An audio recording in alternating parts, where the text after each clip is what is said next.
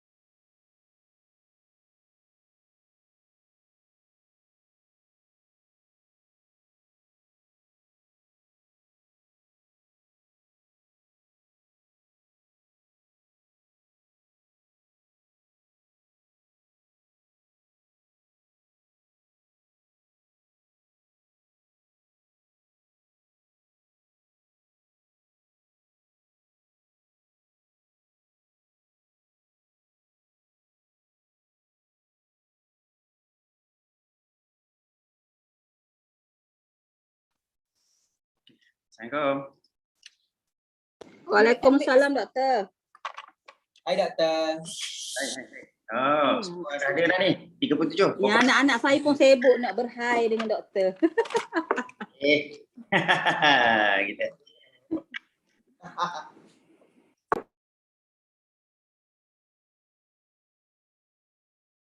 Dah, saya lagi ambil dia punya apa? Earphone je. Okey.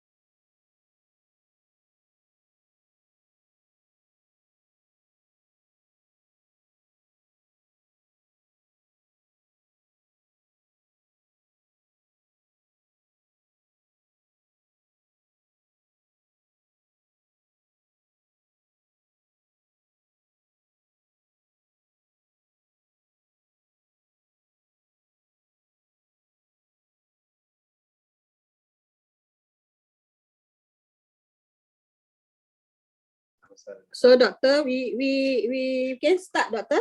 Boleh Can sila. start. Sebabnya Yes. Actually registration student ni ramai. Cuma biasalah student kita dia akan slowly join. Okey, insya-Allah. Okay.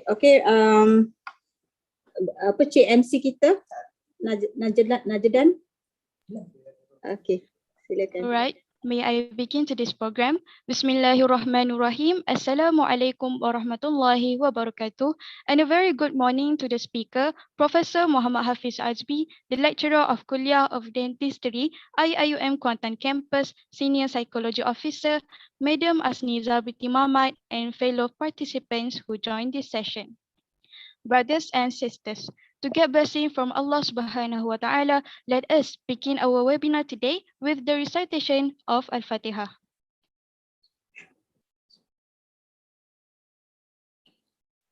Ya, kena.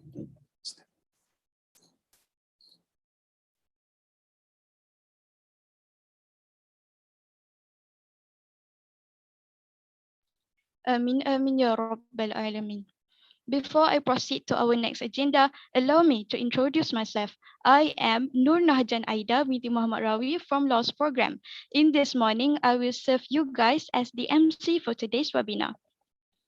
Welcome to the Cultivating Positivity in Life program organized by the Counseling and Career Services Unit CCSU, Office of Deputy Dean, Student Development and Community Engagement, ODD-STCE. I would like to express a huge thank you to Madam Asniza binti Muhammad, Senior Psychology Officer of Counseling and Career Services Unit, CCSU, Office of Deputy Dean, Student Development and Community Engagement for organizing this program. Our program today is organized to help all of you to stay focused and maintain the level of motivation within yourselves. So today there will be 3 slots of sharing session that will be done by our speaker, Professor Muhammad Hafiz Azmi, the lecturer of Kuliah of Dentistry, IIUM Kuantan Campus. Let us start our first slot now. So without further ado, let us invite our respective speaker, Assistant Professor Muhammad Hafiz Azmi, to continue our program today. Please welcome. Okay, Bismillahirrahmanirrahim. Alhamdulillah Rabbil Alamin wa bihi nasta'in wa ala umuri dunya waddin wal 'aqibatu lil muttaqin wa la 'udwana illa 'alal zalimin. Allahumma rabbi shrah li sadri wa yassir li amri wa hlul 'uqdatam min lisani yafqahu qawli. Fa in asdaqal hadithi kalamullah wa khairal hadi hadi Muhammad sallallahu alaihi wasallam. Syarrul umur muhdatsatuha wa kullu muhdatsatin bid'ah wa kullu bid'atin dalalah wa kullu dalalatin finnar aw kama qala Rasulullah sallallahu alaihi wasallam. First and foremost, I would like to thanks to the organizer. Thank you to Nahjan for introducing me, and also to all the members for participating in this morning. I believe that this is, today is Saturday, right? Saturday is for you to get some rest, enjoy, have some times with your family, doing some other activities. But today, I don't know whether you are forced to join or you are willingly to join. That is the first question. But before that, thank you very much, Madam Asniza, for keep on inviting me every year to share some what I call input, how to become a positive person. I'm going to share with you my slide, but just before that, I would like to I would like to know the students are actually from which kuliah? Are all of them from law or engineering or what background? Can I have Faris, Ahmad Faris? I have Ahmad Faris. I don't have to worry about your name because all the names is here. Ahmad Faris, where are you from? Which kuliah? Tak apa, tak payah buka kamera, tak apa. I just need to listen to your voice. I came from Kuliah Islamic Living Knowledge, IRK. Oh, Ustaz Ahmad Faris, insyaAllah sooner or later, you become an Ustaz. Yeah, InsyaAllah. How about Najla Nadirah? So, which kuliah are you from? I'm from Kuliah Economics and Management Sciences. Oh, okay. So, economics. Okay. Can I have Sayyidatina Aisha? Sayyidatina Aisha, which kuliah are you from?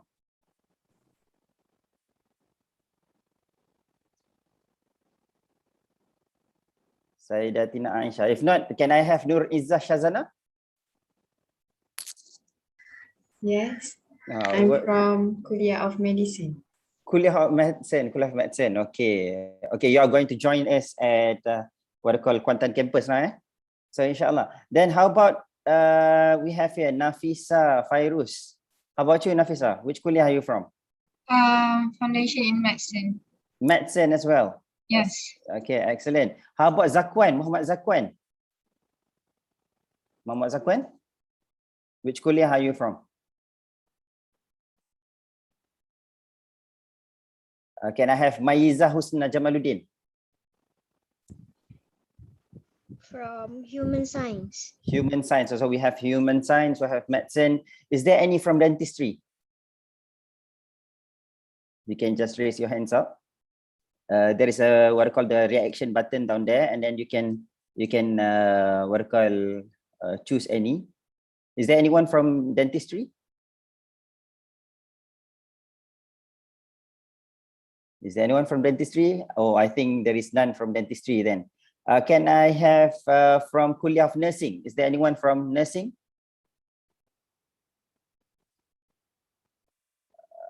Oh, kejuruteraan dan sains komputer. Mike tak dengar, tak apa. Okay. Oh, Maisara is from nursing. How about Kuliah of Science? Anyone from Kuliah of Science?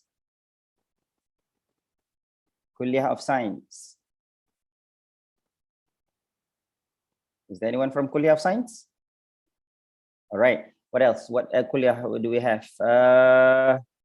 Apa lagi kuliah yang kita ada? Saya ingat kuliah di konten je. Pharmacy ada? Anyone from pharmacy? Okay, we have Daniel from pharmacy. Okay, inshallah, my dear brothers and sisters, yeah. First and foremost, definitely to become positive is actually it's a part and parcel of everyone. You know, having sometimes we become sad because that is normal. Okay, sadness is normal. Everyone, we have to admit that. Yeah, at one point we become sad, we become demotivated. At the same time, we are also looking to become a positive person, and all the time we are thinking about to become a positive. Yeah, to become positive. I mean, not positive COVID lah. I'm referring to positive. You know, the motivation has to become positive. You have to be motivated. Yeah, there are many things that we want to. You know, when we started during our secondary school, we aim for number 1, number 2, number 3, the first place, second and third place in the class, and then we try to struggle everything. We want to have straight A's in all the subjects, and then become stressor when we turn to the secondary school, and then we started to have what I call the PMR, or what you call I'm not sure what you call at your time, PT3 ke? Yeah, so we struggle at that time. We want to aim for straight A's as well, and then after that we were having our SPM, and then we are aiming the best that we could, and then some of us get straight A's, some of us get the few A's, and become some people are demotivated, some people are feeling, oh, I'm okay, I'm fine, and then you started to join CFS, okay, because you're choosing IUM. Alhamdulillah. So my dear brothers and sisters, some of us think that I'm not good as my friends who are actually, you know, joining all those universities, top universities like maybe, or maybe those my friends who are joining the international universities out there. You know, we feel that they are better than us. Okay, even sometimes we feel that you know, like when we are from other kuliah, like kuliah of science, we look into our friends in the kuliah of medicine. We thought that kuliah of medicine is better than kuliah of science. So my dear brothers and sisters, all this kind of thinking lead us to become quite demotivated. We feel down. So because of that reason, my dear brothers and sisters, if this is a part of what you feel right now, so inshallah, this is a very good moment for you. This is a very good time for us to discuss. So hopefully by the end of this discussion, no, I'm not going to talk all the way for 3 hours. Definitely, it's going to be tired. I'm going to be tired, by talking, and we are going to be bored by listening to my, my presentation from the beginning until the end without any slides. Later will be some slides, inshallah. Yeah. So if you think that you are that kind of person, so I think you should enjoy this presentation. You should enjoy this program. So hopefully, by the end of the presentation, you will feel that I am okay if I am a nurse. I'm okay if I am a scientist. I'm okay if I am a doctor. I am always okay. I am always positive. Yeah. So inshallah subhanahu wa ta'ala, if that is in your mind, you will do the best at whatever faculty you are, at whatever level you are. So because you cannot judge yourself with others. Kita jadi diri kita. Kenapa kita nak jadi orang lain? Okay, if you think you want to put yourself into, and then kita nak please diri kita, and we want to please Allah Subhanahu Wa Taala, not pleasing others. Kita bukan nak bagi orang puji kita. The thing is that we want to make ourselves happy. So when we are happy, then we become positive, and become positive, then we enjoy our life, inshallah. Okay, now I want to share with you.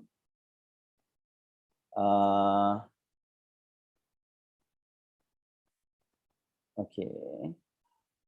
My screen. Okay. Let us start with this one. Okay. if you have your phone, or you can use your laptop.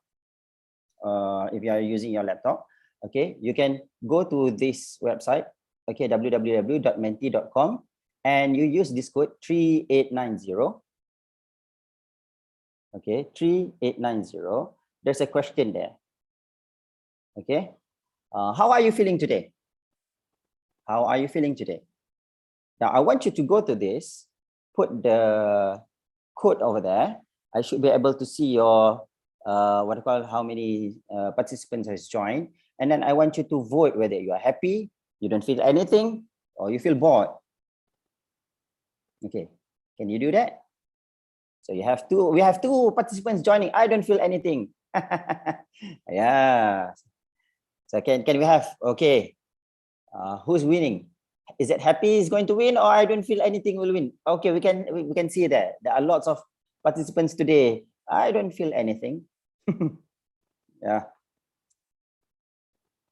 Let's wait for a few more minutes. We have here, how many participants? Can I have a look? 70 participants. Okay, I want to see which one win. Happy, I don't feel anything, no one feel bored. That is good. I thought there will be lots of participants who are going to say, oh, I'm bored. I just come here for, I don't know, because I don't have anything to do, then I join. In the meantime, Nafisa Fairuz, Nafisa dari kuliah mana kata?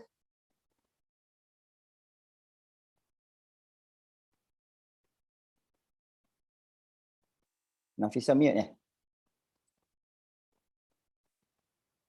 Tanya Nahjan lah. Nahjan kuliah mana dia? Law Nahjan? Law. Oh, law, nanti jadi lawyer lah ni. InsyaAllah, insyaAllah. Ahmad Faris, kuliah mana kata?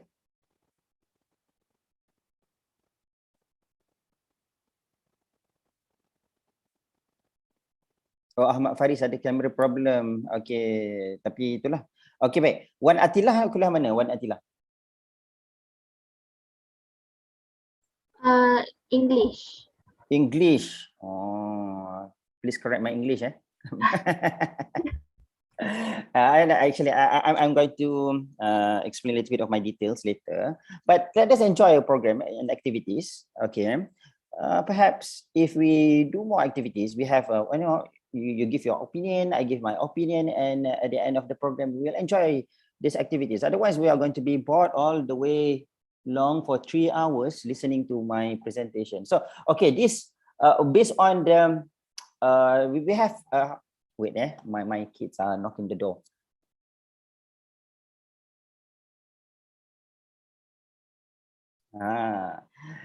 Okay, working from home, but today is not working day, right? Anyway, I'm by looking at the the Mentimeter here, you can see we have 26 participants joining us. We have 60, but the total number of participants should be 72. By looking at this, we can see that many of us feel nothing. Okay, but we have lots of people here who are happy. So now the question is, if you are happy, why do you join this program? But if you, and again, if you don't feel anything, why you join this program as well? So we need to understand this. So then we can tally.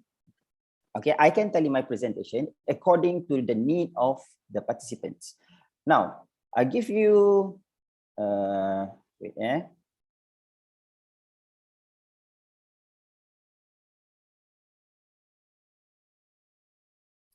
I need to answer to my kids first. Just give me 1 minute.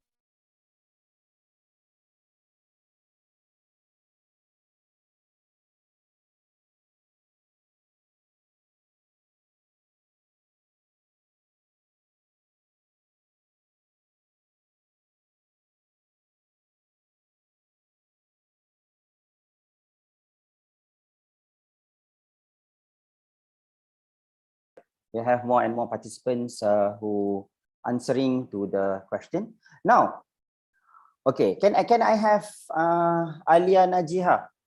Alia Najiha, why do you join this program today?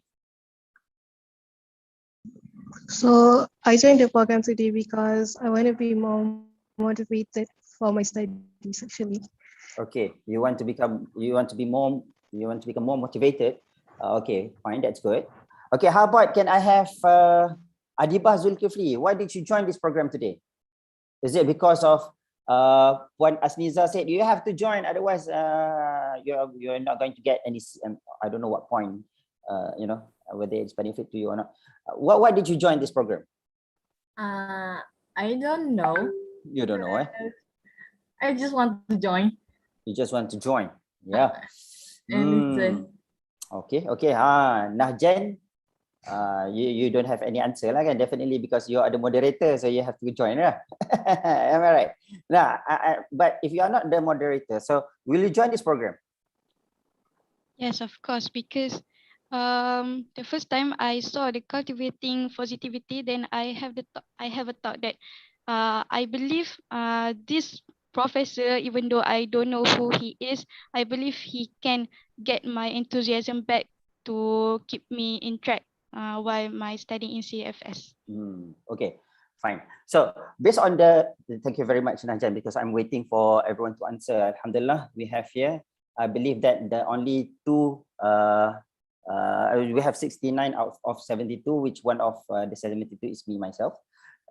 Okay, so by looking at this, we can see that 29, which is more than 50%.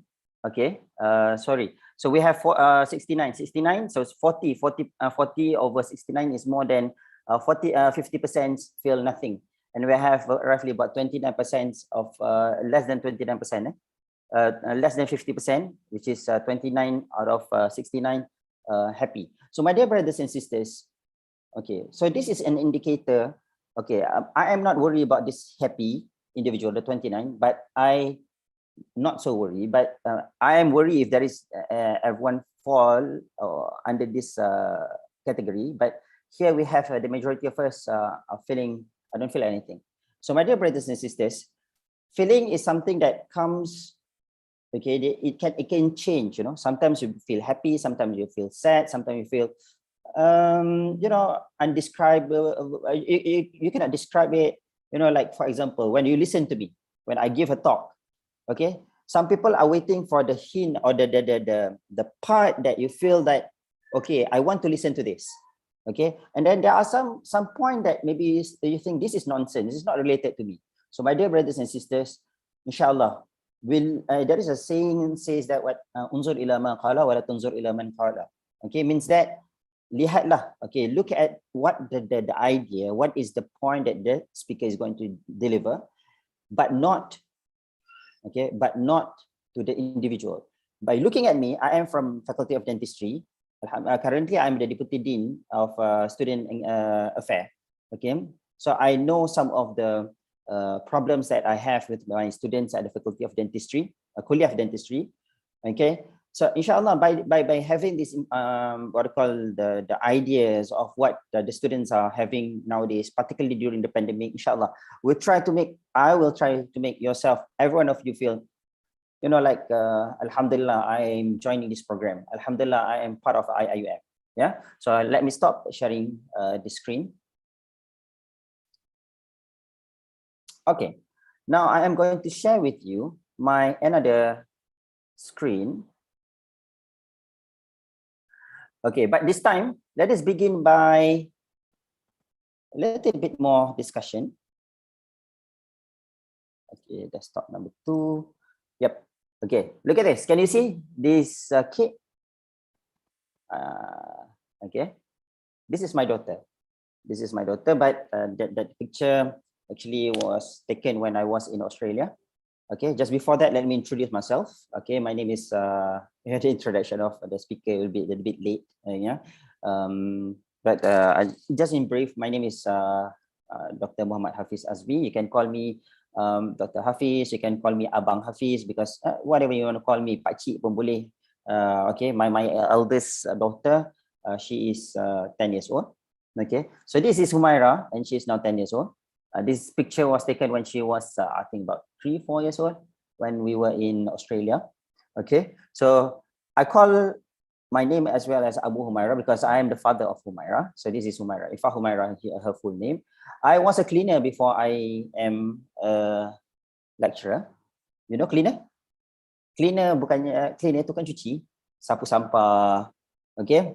When you look at me, you think that, oh, Hafiz, Dr. Hafiz, now he become a he's already at the Faculty of Dentistry, he's a deputy dean, or he's you know, he was born as a dentist. He was born as a what I call scientist. He was born as a, you know, very, very top management involved in research, grants here and there. But to be honest, I start my career as a cleaner. Cleaner jadi dentist, pelik no Cleaner jadi lecturer, cleaner just student.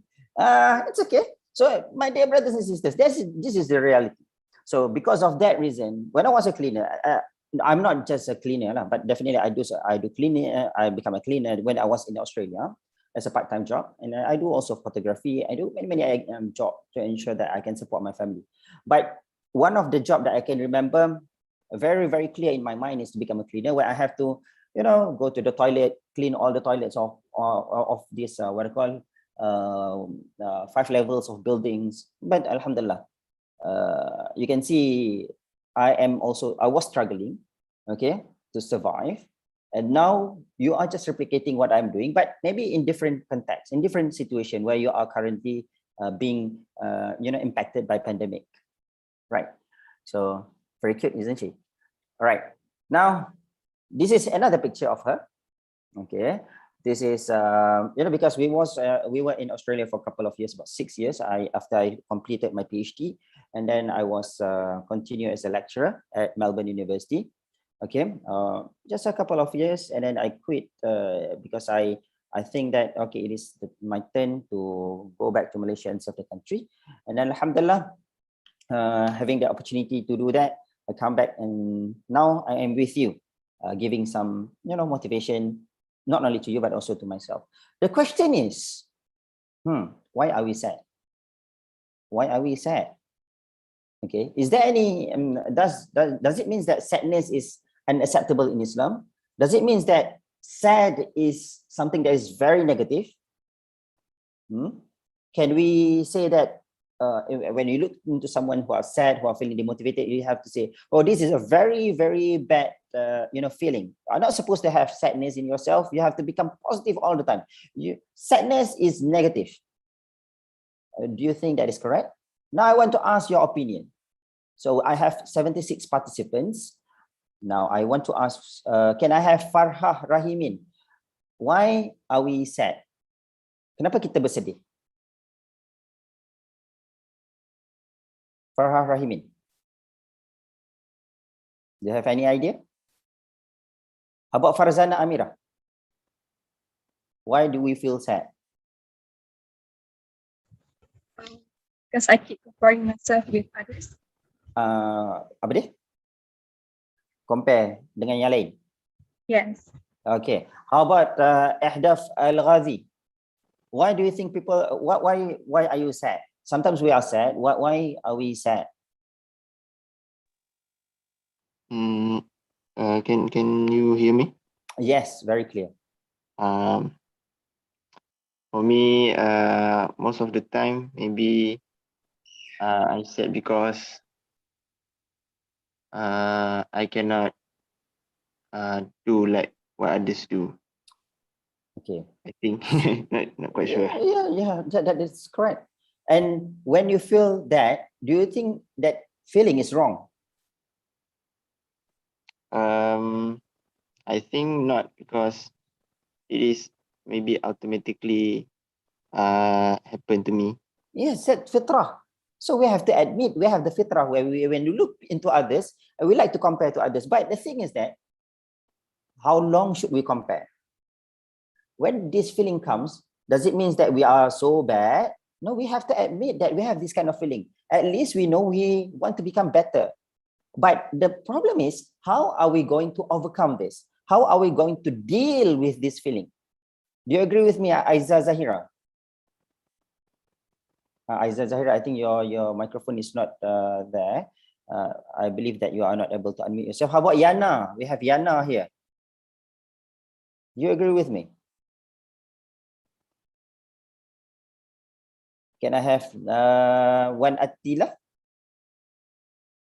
What do you think? Why are we sad? So we have here Iskandar said, did not get what we want. If Shahira said, because things doesn't always go the way we want. Things not always go like what we expect, feeling not enough, or insecurities, expectations too high. Yes, that is true. My dear brothers and sisters, all this feeling, all this response leading to sadness, it's normal. It is not only you, even me, already become a lecturer, even though becoming a deputy dean, I believe that is the same with apa nama Puan remember dah apa nama, okay, everyone lah, okay, everyone will have the same feeling, okay, everyone will have the same feeling. Yeah, I believe Puan Azniza also will have the same feeling, isn't it? Every one of us, we tend to have, you know, we kind of, because we are human being. We are human being. And then sadness is normal. Otherwise, Allah subhanahu wa ta'ala will never ever mention it in the Al-Quran. Now, let's do a little bit of jalan-jalan. Jalan-jalan dalam Al-Quran.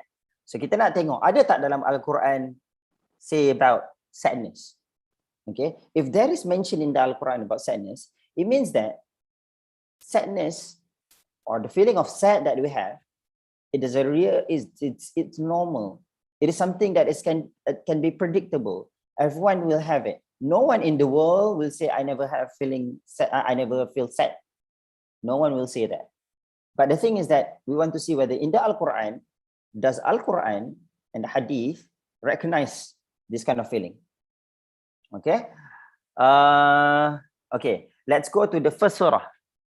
Surah At-Taubah, ayat number 9, chapter number 40. I will share with you this slide later, so that is the reason I put the QR code. Those who are, what do you call, let's go to this, I'm using my phone as well. I should give the link. Okay, any one of you that have Al-Quran, can you go to Surah Taubah, ayat number 40? Okay, let's go jalan-jalan in the Al-Quran. Okay, jalan-jalan in the Al-Quran. Can I have Daniel? Daniel, are you there? Sir. Okay, Daniel. Daniel boleh tak tolong bacakan surah Taubah ini? Kejap, ada problem sikit. Tak apa. Ataupun saya stop sharing. Saya stop share dulu. Saya buka Al-Quran dekat saya punya PC. Okay, I think it's better that way. Al-Quran.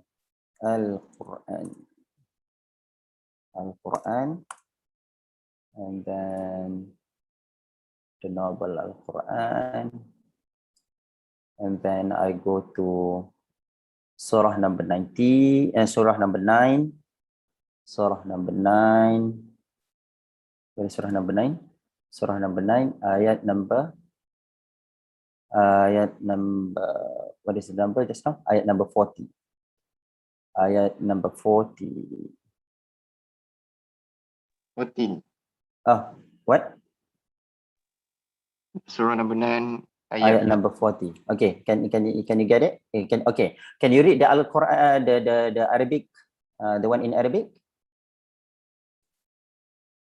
Inshallah. Okay, so please proceed.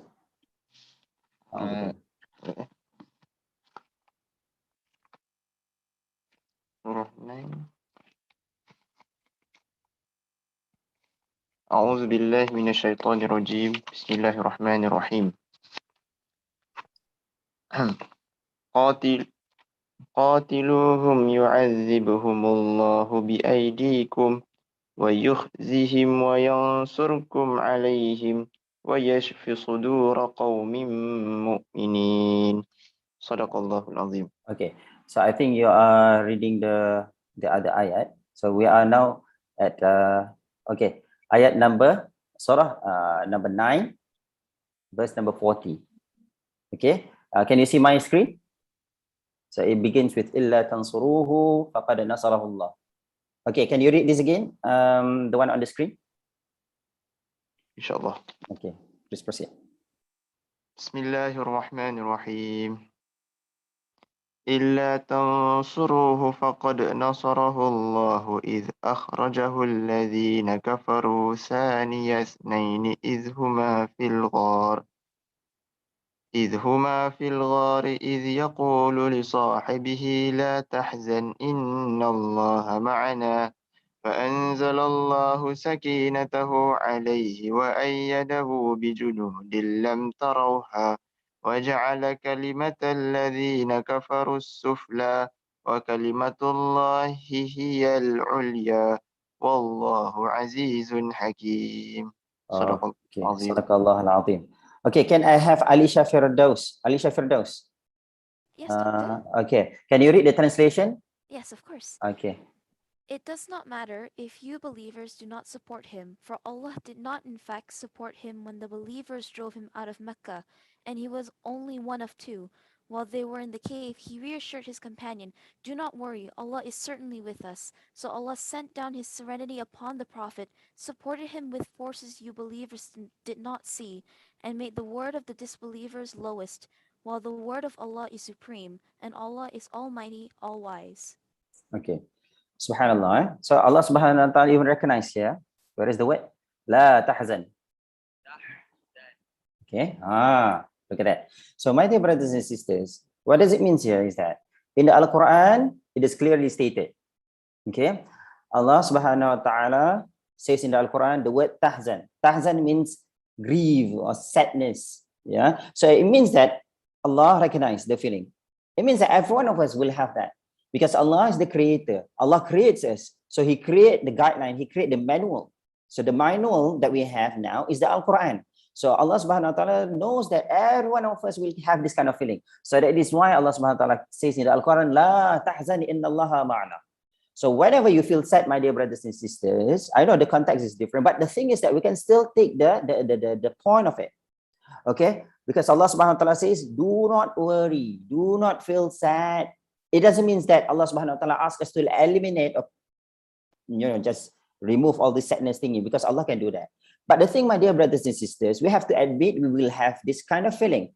But we have to remember that Allah is always there. Allah is with us. Okay? Now let's go to another ayat. So we have been at the ayat number, chapter 9, ayat 40. Now let's go to chapter 9 as well, but ayat number 88. So let's go jalan-jalan in Al-Quran again. So we find, let's search ayat number 88. So here is 50. Let's go to 88. 88. 88. Where is the 88? I think you can see my screen, isn't it? Very clear, isn't it? But let's search ayat number 88. But this time I want to have maybe, where is the 88? Just before that. Okay, so this is ayat number 88. Okay, so we have a few participants. We have quite a lot number of participants here. But now I want to have, can I have Harith Azfar? Are you joining us today? I can see you are turning on your camera, so I believe you are there. So Harith, can you please read the one in the Arabic? Okay, inshallah. أعوذ بالله من الشيطان الرجيم. لكن الرسول والذين آمنوا معه جاهدوا بأموالهم وأنفسهم وأولئك لهم الخير وأولئك هم المفلحون. صدق الله العظيم. صدق الله العظيم. Okay, can I have Kunadira? Kunadira, can you read the translation? But the messenger and the believers with him strive with their wealth and their lives. They will have all the best, and it is they who will be successful. Subhanallah. But the messenger and the believers with him strive with their wealth and lives. They will have all the best, and it is they who will be successful. So now, my dear brothers and sisters, in order to make us happy, okay, what is the indicator of us to become a successful individual? Yeah. Look at this. But the messenger and the believers with him strive with their wealth and their lives. So we want to success. Al-muflihun. Okay, muflihun means those who are success. Orang yang berjaya. Okay, sometimes we think that successful is when we success in our exam, we get the straight A's, we become a good students, our lecturers love us so much. So we thought that this is a success, but that is not the ultimate success. The ultimate success that we are looking for is Jannah, definitely. And we are looking for, and in order to have all this kind of success, okay, the ultimate success is by sacrifice. Sacrifice of wealth, sacrifice of lives. But I'm not saying you have to go and do jihad, go to the other countries and all those things and stuff. But okay, would you mind to mute yourself?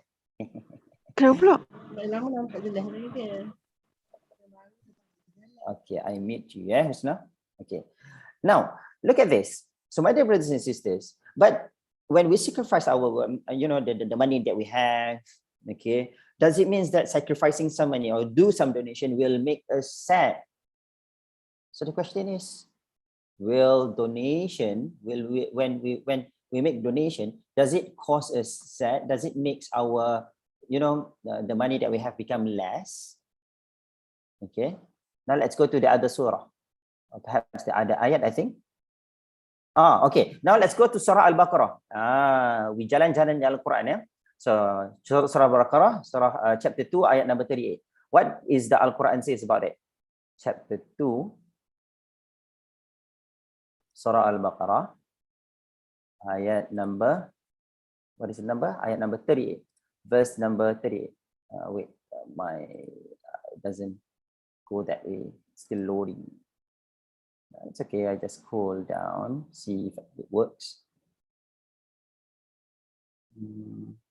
Load now. It's a bit slow here. That's okay.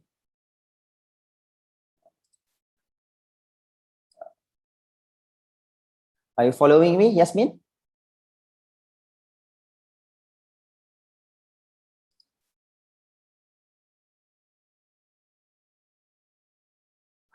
Okay. Can I have Ahmad Shamil? Ahmad Shamil, are you there? Yes. Okay. Ahmad Shamil, I want you, could you please help me read this ayat number 38 from Surah Al-Baqarah? Qul nahbitu. She or he will have to Okay. the pharmacist first to inform that أعوذ بالله من الشيطان الرجيم urgent cases. قلنا اهبطوا منها جميعا فإما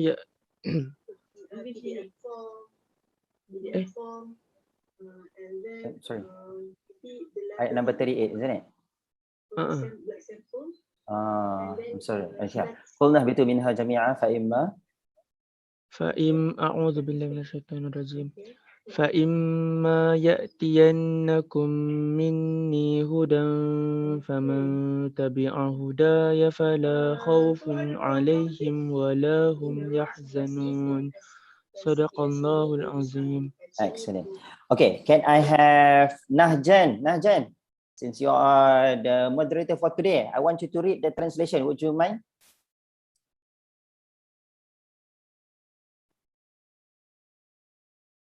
So the translation for this ayat, we said, Nahjan, are you following?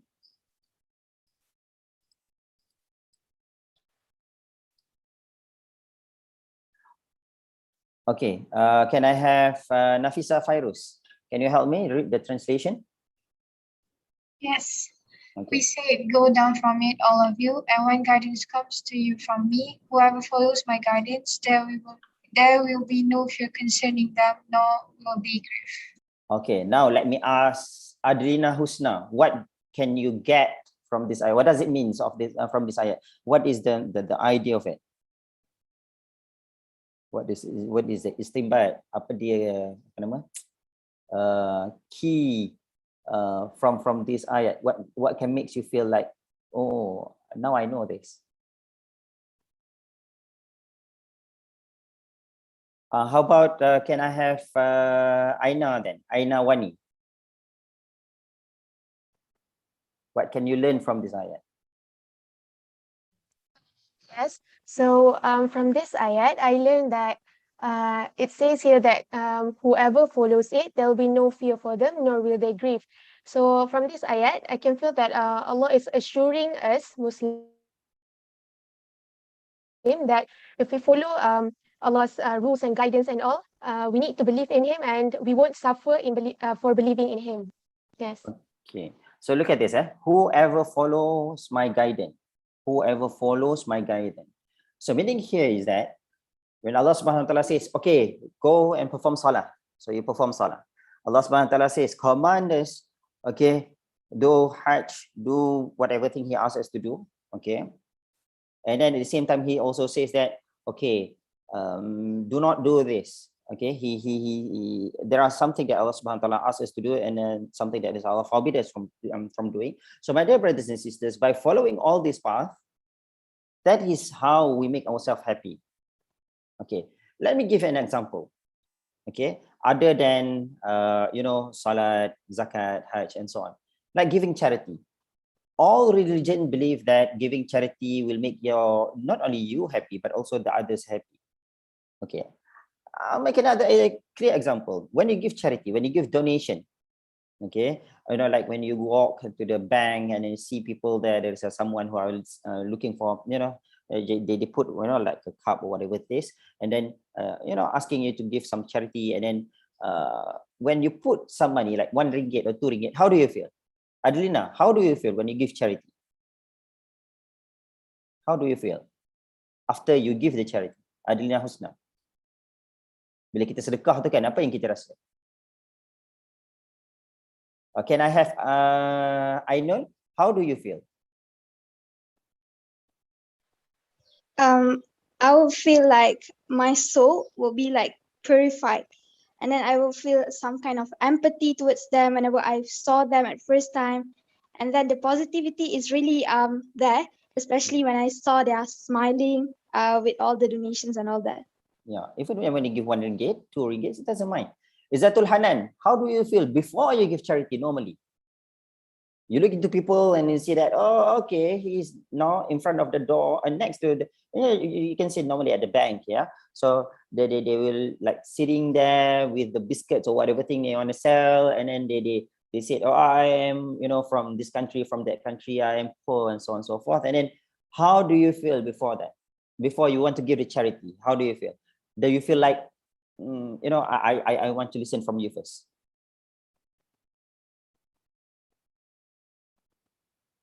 Can I have Laila Ansha?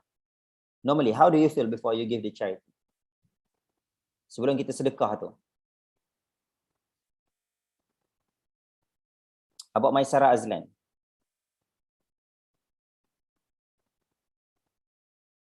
Can I have Ahdaf Al-Ghazi? How do you feel before you give the charity? Yes. Can you hear me? Yes, very clear. To be honest, I feel like macam agak berat sikit lah kan, bila kita nak bagi sesuatu dekat orang kan. Betul. Nak lepaskan duit ke apa kan. Tapi tu lah, bagi saya lebih fikir lah ke hadapan lah, fikir ke hadapan lah. Okay. Itulah. Okay. Allah Alam. Allah Alam. Okay. I believe you can see the different feeling before you give the charity and after you give the charity. Before you give the charity, before you give the donation, normally, I'm sorry, brother, can you mute yourself? I don't know which. Okay, Howard. Okay, I mute you. Okay, so look at this. Before you give the charity, normally we will feel like, ini menipu ni. I think this is, this is maybe he's a syndicate. Okay, maybe you feel that, oh, maybe I think I saw him somewhere else, and then I don't want to support these people, those who are looking for charity. Maybe he is opportunist or something like that. Why don't he go and do some work? Normally we ask that question, isn't it? Ahmad Shamil, do you agree with me? Okay, some of us might feel that, why should I give a charity? Hey, this guy looks young. He can do something else. Okay, pandemic. I can see there are lots of people out there, they can still do like business online and so on and so forth. Why don't this guy do the business online? Okay, why should you seek for the charity? Why you should you know, ask donation from many of us? Don't you feel like embarrassed? You know, like feel like don't you feel like people looking at you disgusting? Why you have to be here? Do you agree with me, Harith? I agree with the first point that I'm very worried. Like sometimes I worry when I give to people they're like from the syndicate, because you know benda tu macam dia promote lagi untuk syndicate ni berleluasa kalau kita bagi kan, sebab macam diorang lagi macam nak buat benda tu. That is what we feel, isn't it? But the way I think of it when I try to give to people is that dia semua kena ikhlas dari hati. Kita jangan fikir orang tu macam ni, kita fikir amal kita tu. Kita bagi ni sebab nak tolong orang tu. So usually that's how I think before I give to someone. That, yeah. Okay. So my dear brothers and sisters, that is very clear. But yeah, it's true that sometimes we don't want to support all these syndicate and so on and so forth. Yeah. But the thing is that we don't know whether they are really a syndicate or not. Say for example, if these are people who are really affected by COVID. Okay, look at the situation where when people like Nadir yang dekat Palestine tu, and then Abid Liu, and then how many other people, and okay, so if we think that these people are, you know, there are people who are biased to Abid Liu, there are also people who are biased to Nadir, yeah, some other people who are saying, no, I'm our society is doing good, you know, we are you know, we got the charity, we got all the monies, and we distribute accordingly. You know, even some people said, I don't want to give the donation to Jabatan Zakat, Majlis Zakat, because of what? I think that Majlis Zakat does not distribute accordingly. You know, they give to some people that you know, because we can see that there are lots of poor people out there. My dear brothers and sisters, with this kind of thinking, feeling, you know, before you give the charity, does it makes you happy? Does it makes you happy? No, not really. If you just think that. Not really. For me, I would say that I will not happy at all, because I will always, you know, just imagine if you know that the person, if we, I don't know, if you can see, if those people, if the people that staying or sitting, you know, in front of the door of the bank, and then you know, or get all this money, and then can you imagine after that? So with the money that you give, okay, if you don't give the money, but you feel like, because this is syndicate, and then you know that this guy, you know, he might have some money, and then he buys some food and give to, and you see this guy give the food to the doctor, to his daughter, to his son, or to his wife in front of you. Okay, how do you feel? I think for me, I feel, mashallah, what have I done? I didn't give charity to this guy. He is really he is not a syndicate. I think at that time I will feel guilty. I don't know about you. So my dear brothers and sisters, if you have this kind of feeling, no, like, I don't want to give charity because I think this is a part of syndicate. I don't want to support this guy because this is, you know, all this negative thinking. What happened to you is that you are not going to happy. Okay, if that person is really a syndicate, maybe it is between him and Allah.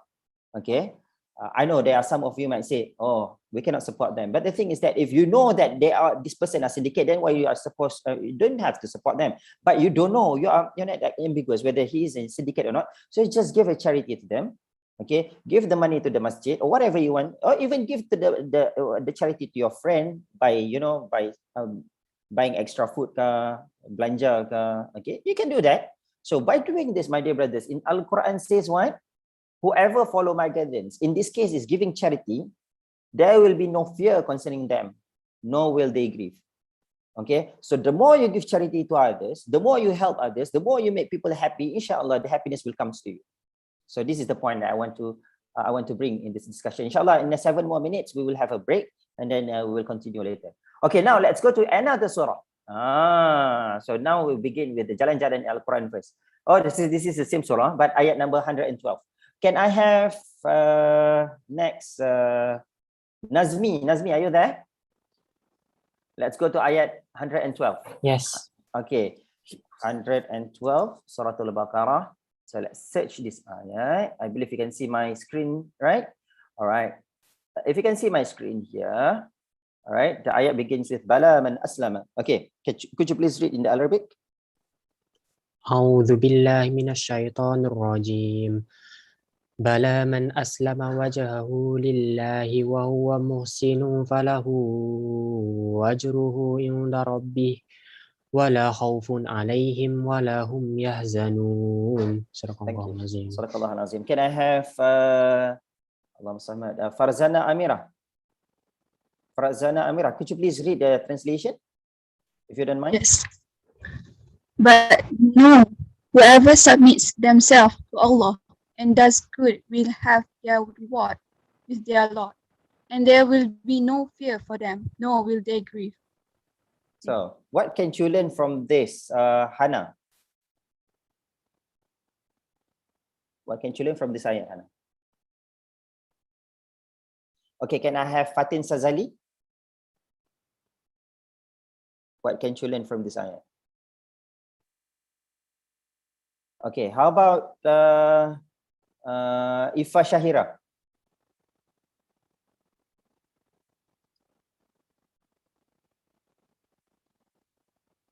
Okay.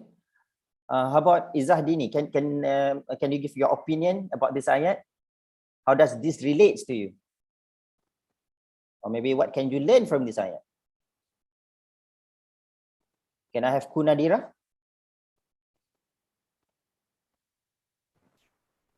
I'm sorry, sir. Which ayat? This ayat, the one I am sharing with you now on the screen. Bala man aslama wajhahu lillah. But no, whoever submits themselves to Allah and does good will have their reward with their Lord, and there will be no fear for them, nor will they grieve. Apa yang kita boleh belajar? What can we learn from this ayat? Saya cakap BM boleh, sir? Boleh. Saya orang Melayu sebenarnya. Kalau macam saya dia macam saya percaya kalau kita bagi orang, tak kisahlah kalau dia tipu kita ke, itu urusan dia dengan Allah, tapi apa yang kita bagi kita akan dapat lebih baik. Macam tak rugi pun kalau kita nak bagi orang sesuatu. Okay. And then the thing is that when we give to others, okay, look at this, bukan memberi sahaja tau, does good, okay. Whoever submits themselves to Allah, berserah diri pada Allah Subhanahu Wa Taala, will say, okay, I answer my exam question and then I pass to Allah Subhanahu Wa Taala. Okay, I have done my best, Allah. I have studied. I have do all things supposed to be done by a student. At the same time, I do extra. What is it? Do good things. Do charity. Smile to others. Spread salam and all those good things. Because here in the Al-Quran says, does good. It doesn't mean that you have to do charity all the way along. No, it's not just that. You're attending the talk like this. Yeah. Do you know that when you come and listen to this talk, this is because we are now in the middle of sharing of Al-Quran. Okay, the knowledge of Al-Quran and the Hadith. When Allah Subhanahu Wa Taala in one of the Hadith Sahih narrated by in Bukhari and Muslim, what does the Hadith says that in summary, those who are listening to the Ayatul Quran, those who are listening to the Hadith, okay, those who are in the middle of the discussion of Al-Quran and Hadith, Allah Subhanahu Wa Taala will send all the malaika, and this malaika will make a dua. Allah Subhanahu Wa Taala will ask the malaika to make a dua on what? To ensure that these people who are joining this activity, Allah Subhanahu Wa Taala will forgive them. Allah Subhanahu Wa Taala will give them happiness. Allah Subhanahu Wa Taala will raise their grief. Okay, so this is the benefit of us listening to the Al-Quran, discussion of Al-Quran. So that is part of the good things on top of the charity that I have mentioned to you earlier. So my dear brothers and sisters, what your sisters are explaining to us is very true. But the thing is that whatever good things that we do, now you are at home, you are helping your parents, you make them happy. That is also one of the activities that lead to what Allah Subhanahu Wa Taala says, and there will be no fear for them, nor will they grieve. Kita tidak akan bersedih. Kita tolong mak ayah kita happy, and then we are not going to be sad by looking at the happiness face of the parents. Kita tolong adik kita, and our adik will be happy, and then he say thank you to us. Sometimes we feel, oh, alhamdulillah, someone say someone is thanking me. So we feel happy of it, and that is how we become positive. Okay, do good things in the name of Allah subhanahu wa ta'ala. Make it just because of Allah subhanahu wa ta'ala. It's okay. Sometimes you feel that I want to do this because I'm happy to make myself happy. It's okay, because ultimately we do all this because of Allah subhanahu wa ta'ala. So my dear brothers and sisters, the more you help others, the more you make people happy, the more you do good. Okay, not only by sitting on the sajadah and read all the Al-Quran from page to page. Not only that. Okay, but all the activities that you think this is good, so actually that will lead to what Allah subhanahu wa ta'ala says in this Al-Quran. There will be no fear for them, nor will they grieve. Okay, they will never be sad. So this is clearly stated in what? In Al-Quran. Is this my saying? No, it is from the Al-Quran. Okay. Before we have a 5-minute break, I would like to bring you to another ayat. I have a few more. We have 14, I think about a couple of ayats I would like to share with you, but inshallah we will continue later. But I think we should take a 5-minute break. So just before that, let's go to this ayat. Chapter number 2, Surah Al-Baqarah, chapter number 2, ayat number 262. So let's go to ayat number 262. I'm going to share with you this slide, so don't worry about it. I'm not sure whether it works, it helps you or not, but yeah, that can be my sadaqah jariyah. Have you heard that? Sadaqah jariyah. Al-ilmu yantafi'un bih. Ilmu yang bermanfaat. So there are 3 things that Allah Subhanahu wa ta'ala says that Allah Subhanahu that will bring us to that can continuously give us rewards. One of it is al-ilmu yuntafi'un bi, ilmu yang bermanfaat, ilmu that you can pass to the others. Okay, now we are already at this ayat, ayat number Surah Al-Baqarah, chapter 2, ayat verse number 262, begins with alladhina yunfiquna amwalahum. Can I have another brother who can I have Muhammad Ishahril? Muhammad Shahril, can you read the one in Arabic? Yes, sir. Okay. Sure. Okay, proceed. Bismillahirrahmanirrahim. Can you hear me, sir? Yes, very clear. Okay. Bismillahirrahmanirrahim. Alladhina yunfikuna amwalahum fi sabilillahi thumma la yutbi'una ma anfaqu manna wala adhan wala adha. Lahum ajruhum inda rabbihim wala khawfun alayhim wala hum yahzanun. Subhanallah. Okay. Can I have Intan Najia? Would you mind to read the translation?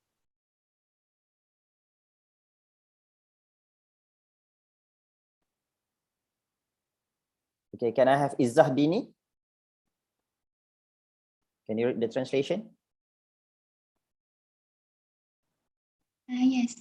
Okay, so please proceed. Those who spend their wealth in the cause of Allah and do not follow their charity with reminders of their generosity or hurtful words, they will get their rewards from their Lord, and there will be no fear for them, nor will they grieve. Okay, can I have Alisha Firdaus? What can you learn from this ayat?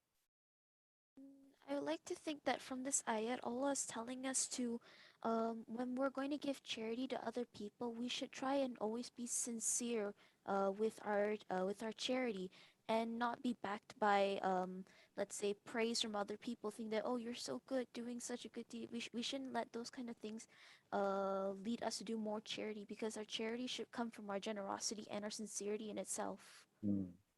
Okay, that is excellent. So my dear brothers and sisters, it is very clear, isn't it? Allah Subhanahu wa ta'ala says what? Okay, those who spend their wealth, they gunakan harta dia, they guna duit dia in the cause of Allah. In the cause of Allah. What does it mean in the cause of Allah? If you give a charity, if you give, you feed your friend, okay, you give some money to your friend because okay, today I have extra money, so I want to belanja my friend. Okay, I want to buy food for my friends. Okay, I want to share the food that I have from KFC. Okay, I just bought something from KFC and I want to share with my roommates. So my dear brothers and sisters, all of these are considered as spending wealth, spending something that belongs to us.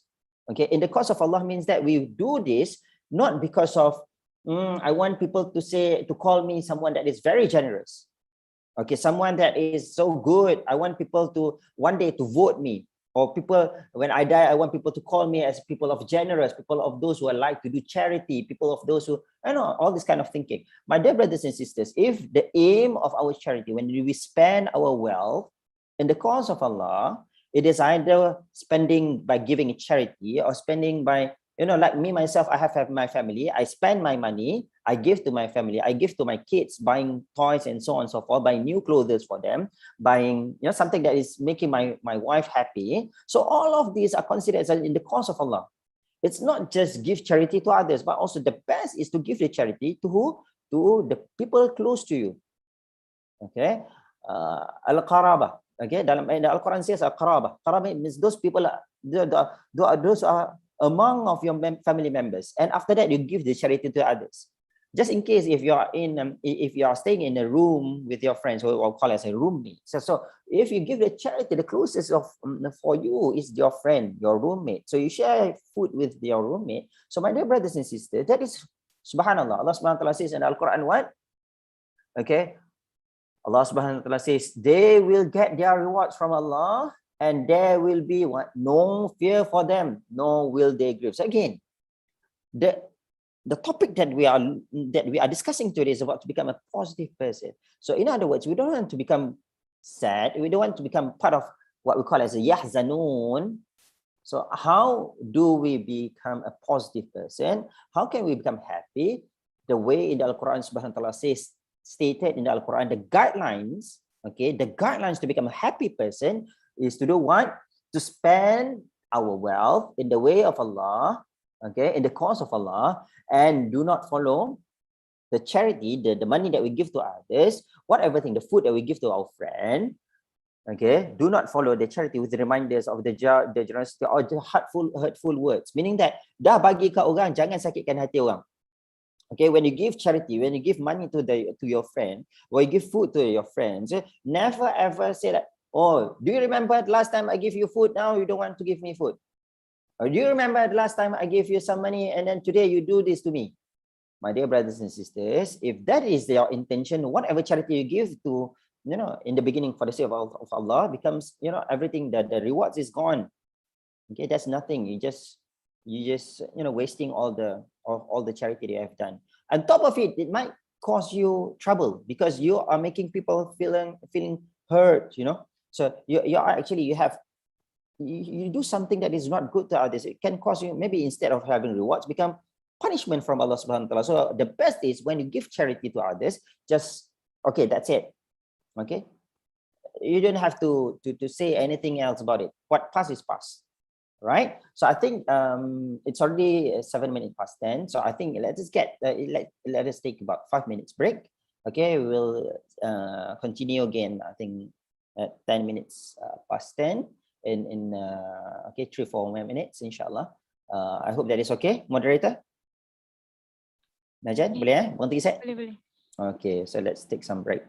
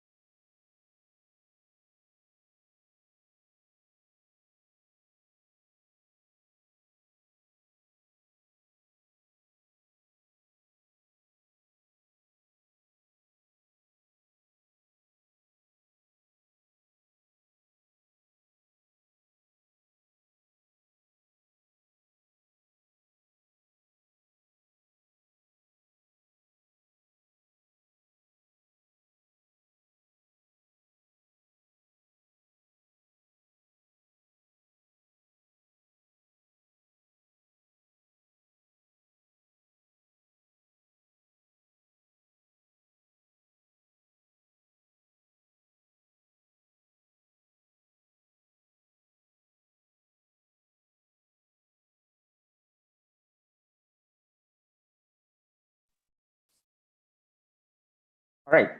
Assalamualaikum warahmatullahi wabarakatuh. Thank you very much. Let us continue our discussion. Just before we begin our discussion, I want you to help me by doing this. Okay, how do you feel so far? I want to continue listening. I think I can stay for a few more minutes, meaning that, okay, or I want to leave if I can. Okay, so I want you to help me by filling this up so that I can do what necessary. Okay. So the code is 3890.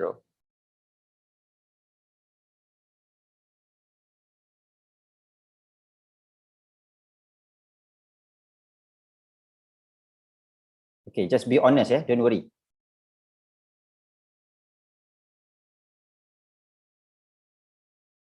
Because the thing is that when you attend some activities, okay, it must be, I don't want you to waste your time.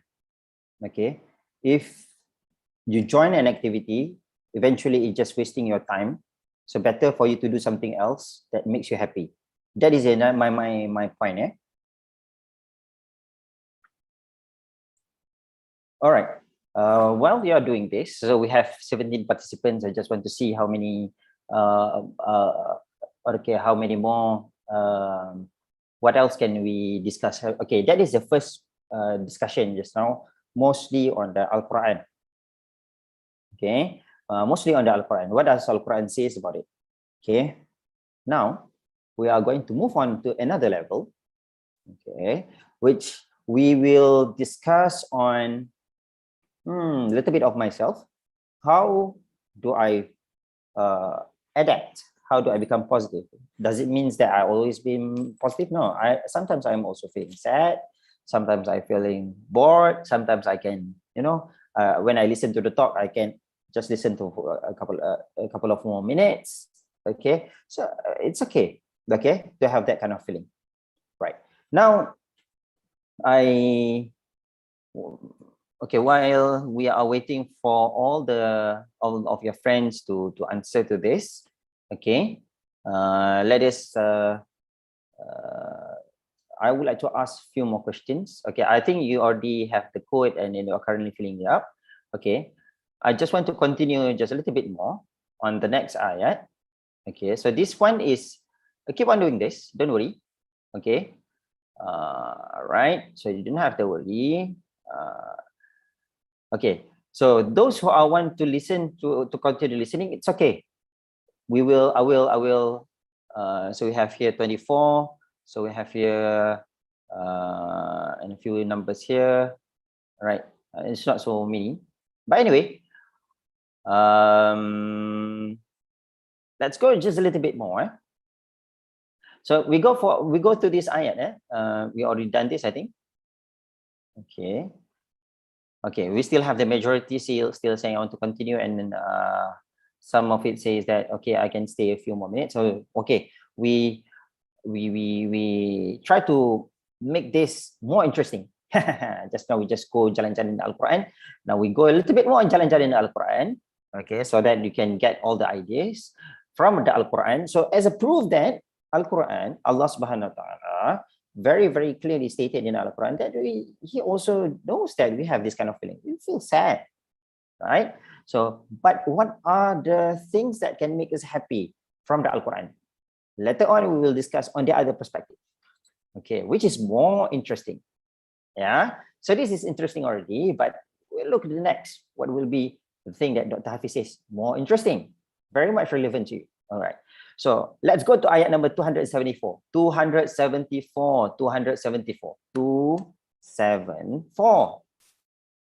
274. The ayat is, all right. So 274. I would like to have my brother Ahmad Shamil. Would you mind to read the Arabic version of the ayat?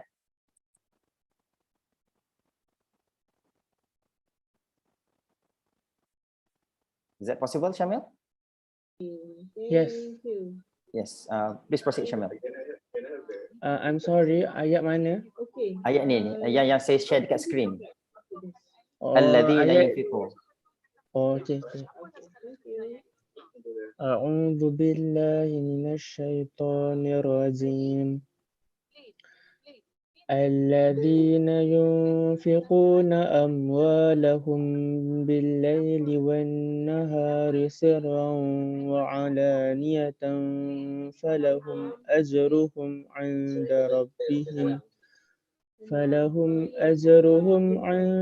ربهم ولا خوف عليهم ولا هم يحزنون. Okay. صدق الله العظيم. Sadaqallahu azim. Can I have Farazana Amira? Would you mind to help me read the translation? Farazana Amira? Yes. Okay.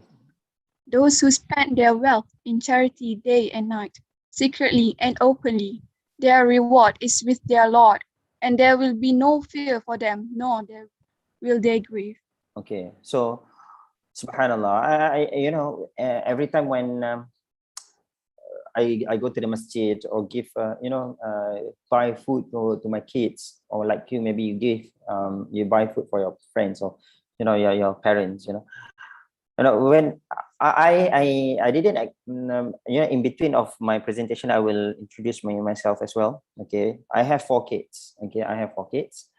The first one was born in Malaysia, PPM, Pusat Perubatan Muslim Melayu, and then we traveled to Australia when she was 11 months. Okay, so we migrate there. Okay, and then when I was in the second year of my study, I got the kids. I got my second daughter, and then her name is Huria, and she was born in Australia at that time. Okay, and then I don't know whether you have heard about water birth or not. In Malaysia, it is not legal, but there happened to be in the hospital. Okay, the women's, they call them, and the women's hospital, which is the hospitals built under the purview of the university. Okay, so at that time I have the second kids. Okay, the second, I have my second daughter, Horia, and then the third one was also born in Australia. Okay, and then the fourth one is when I come back to Malaysia, I will have it here in Kuantan Medical Center. So my dear brothers and sisters, okay, during this period where I have all the, I have 4 kids, I have my wife together with me, and my wife is housewife.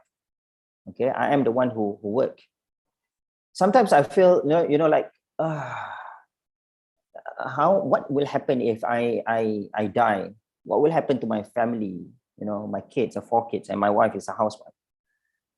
I don't know. Sometimes we feel scared. Sometimes we feel sad. My wife was graduated from University of Malaya. She was graduated as an accountant, and she was a former accountant before she quit following me to Australia. And then now she is housewife, but she's doing part-time business. She's now businesswoman, I would say that. So my dear brothers and sisters, the thing is that I found out when I was doing my study, okay, when I did my study, when I was doing my PhD, I think, the scholarship that I received, it's not much, which after I pay all the, the travelings and so on, when I want to go to the university, I only left with $300 per month to support my family. At that time, I have 2 kids there, and then my wife. And on top of that, okay, I have my mother-in-law who are staying with me. My mother-in-law, she is an OKU. She cannot hear. She has to use the alat pendengaran. Okay, I support my mother-in-law. At the same time, I also support my adik-beradik ipar in Malaysia. Okay, using the money that I have, the money that the scholarship that I have. So my dear brothers and sisters, end up I only have about $300 per month to survive. $300 per month to support the family.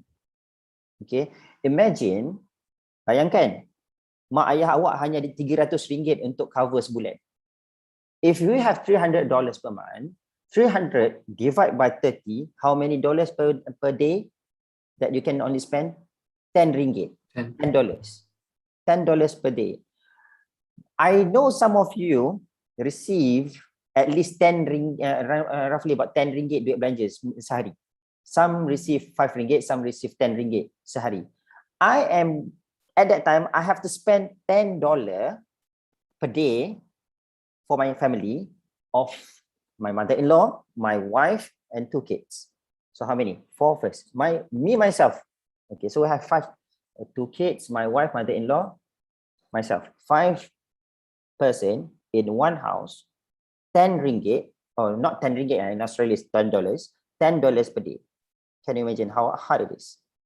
But my dear brothers and sisters, whenever I don't know, when it come across every month at the end of the month, not only in the end of the month, in the between sometimes, I don't know where is this money comes from. How can I survive? How can I pay my what I call the brother-in-laws, adik younger brothers-in-laws bayar dia punya yuran pengajian, belajar kat universiti juga masa tu, diploma lah. But he has some scholarship definitely, alhamdulillah. And then my adik ipar yang perempuan, okay. So where all this money comes? How can I still survive at that time? The thing, what comes into my mind is the barakah. Because I donate, I give the money, the thing that I think that is the only money that I have to my brother-in-law, the sister-in-law, adik ipar. I also taking care of my mother-in-law because my mother-in-law is not staying because my mother-in-law and father-in-law was divorced, and then my mother-in-law has no one else to take care of her if she stay in Malaysia, so she is following me. And to bring OKU to Australia is not easy. You know, bring is okay, but to stay with us, you know, because you need to have certain visa. Allah subhanahu wa ta'ala makes everything smooth. So my dear brothers and sisters, I'm saying this, now it becomes open, isn't it? It's no longer secret. The reason I'm saying this, because I want to show you that by helping our parents, or even parents, apa nama, mak mertua sekalipun, mak mertua, because one day you will marry, right? So insyaAllah, you will be married. So even kita tolong mak mertua kita sekalipun, adik ipar kita sekalipun, Allah subhanahu wa ta'ala will give you something that is unbelievable. You know, something that never, you cannot ever imagine. What happened to me, I helped my adik-beradik ipar, I helped my mother-in-law, I make my wife happy, I ensure that my kids are having a good diet by sacrificing just a little bit. So instead of going to the university by tram ni macam LRT lah. Okay, but I'm not going to the university by tram, I'm cycling to the university every day. So by doing this, subhanallah, after I explained to my supervisor, because there is one day when my supervisor asked me, Hafiz, how do you survive? I know that many of the Malaysians, they got a very, you know, small amount of scholarship. I said, Alhamdulillah, so far I'm okay. I can still spend, you know, $300, you know, instead of buying what I call just a little bit. I buy, you know, the like baju the makanan I buy, you know, in a bag, for example, you know, rather than buy 1 kilo per 1 kilo, or maybe if I want to buy clothes, I just get the second hand. Okay.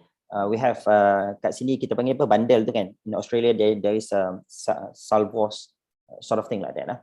So and then when my supervisor listened to me, and then what happened, he advised me to ask for scholarship, which I'm going to explain to you later, and then he support me. And then from that moment, I received scholarship from Malaysia as well as Australia. So at that time I become rich than the rest of the Malaysian students that I have in Australia. So I receive about $3,000, $4,000 per month. So you can imagine, from $300 become $4,000, starting from what? Charity, giving charity, helping the people that is very close to us. So in this case, this ayat is very relevant to me. I don't know to you, but this is very relevant to me. The more I help others, the more I help my mother-in-law, the more I help my family-in-law, adik-beradik ipar, so the more Allah subhanahu wa ta'ala give the barakat to my family. So remember, the barakah is not just about the money, but also my family, my wife are healthy, my kids are all healthy. So that is another thing that you have to put into consideration. So my dear brothers and sisters, do not worry when you don't have money. You just have a little bit of your money. So do not worry to give charity. Jangan rasa takut bersedekah. You have 10 ringgit, you give 1 ringgit. InsyaAllah, Allah will replace to you with more than what you give. And on top of it, maybe that is the reason why you become success in your study. Maybe that is also the reason that makes you happy. So my dear brothers and sisters, remember, charity is the magnet. Okay, sadaqah is the magnet of positivity. Sadaqah is the magnet of barakah. Sadaqah is the magnet of success. So the more you give, the more you will get. Okay, so this is the last ayat that I want to share with you. There are a few more, but I think that's all for the sharing on jalan-jalan dalam Al-Quran. So I want to stop sharing because I want to move to other slide. Okay, and I want to move to other slide. Okay, this one is more interesting, I think.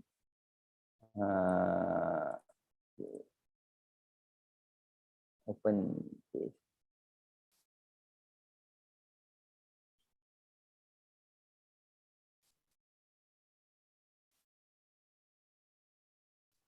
Okay, now I want to share my screen.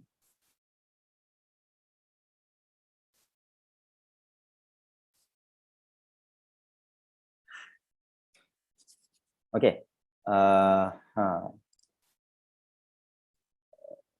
Right. Nahjan, can you see my screen? Yes, I can. Okay. Clear. Look. Okay. So look at this. Now we are being impacted by pandemic. None of us can I don't know. Some of this some of you, the students are already in the what I call the campus, but I believe CFS. All of you are not in the campus yet, right? You are studying from. You are at home, isn't it? Yes. Okay. Yes, we are. Okay. Oh, fine. So, my dear brothers and sisters, I know it's a very difficult. I also understand that because I am teaching year 1, year 2, and then year 4, and many faculties. I teach faculty kuliah of dentistry.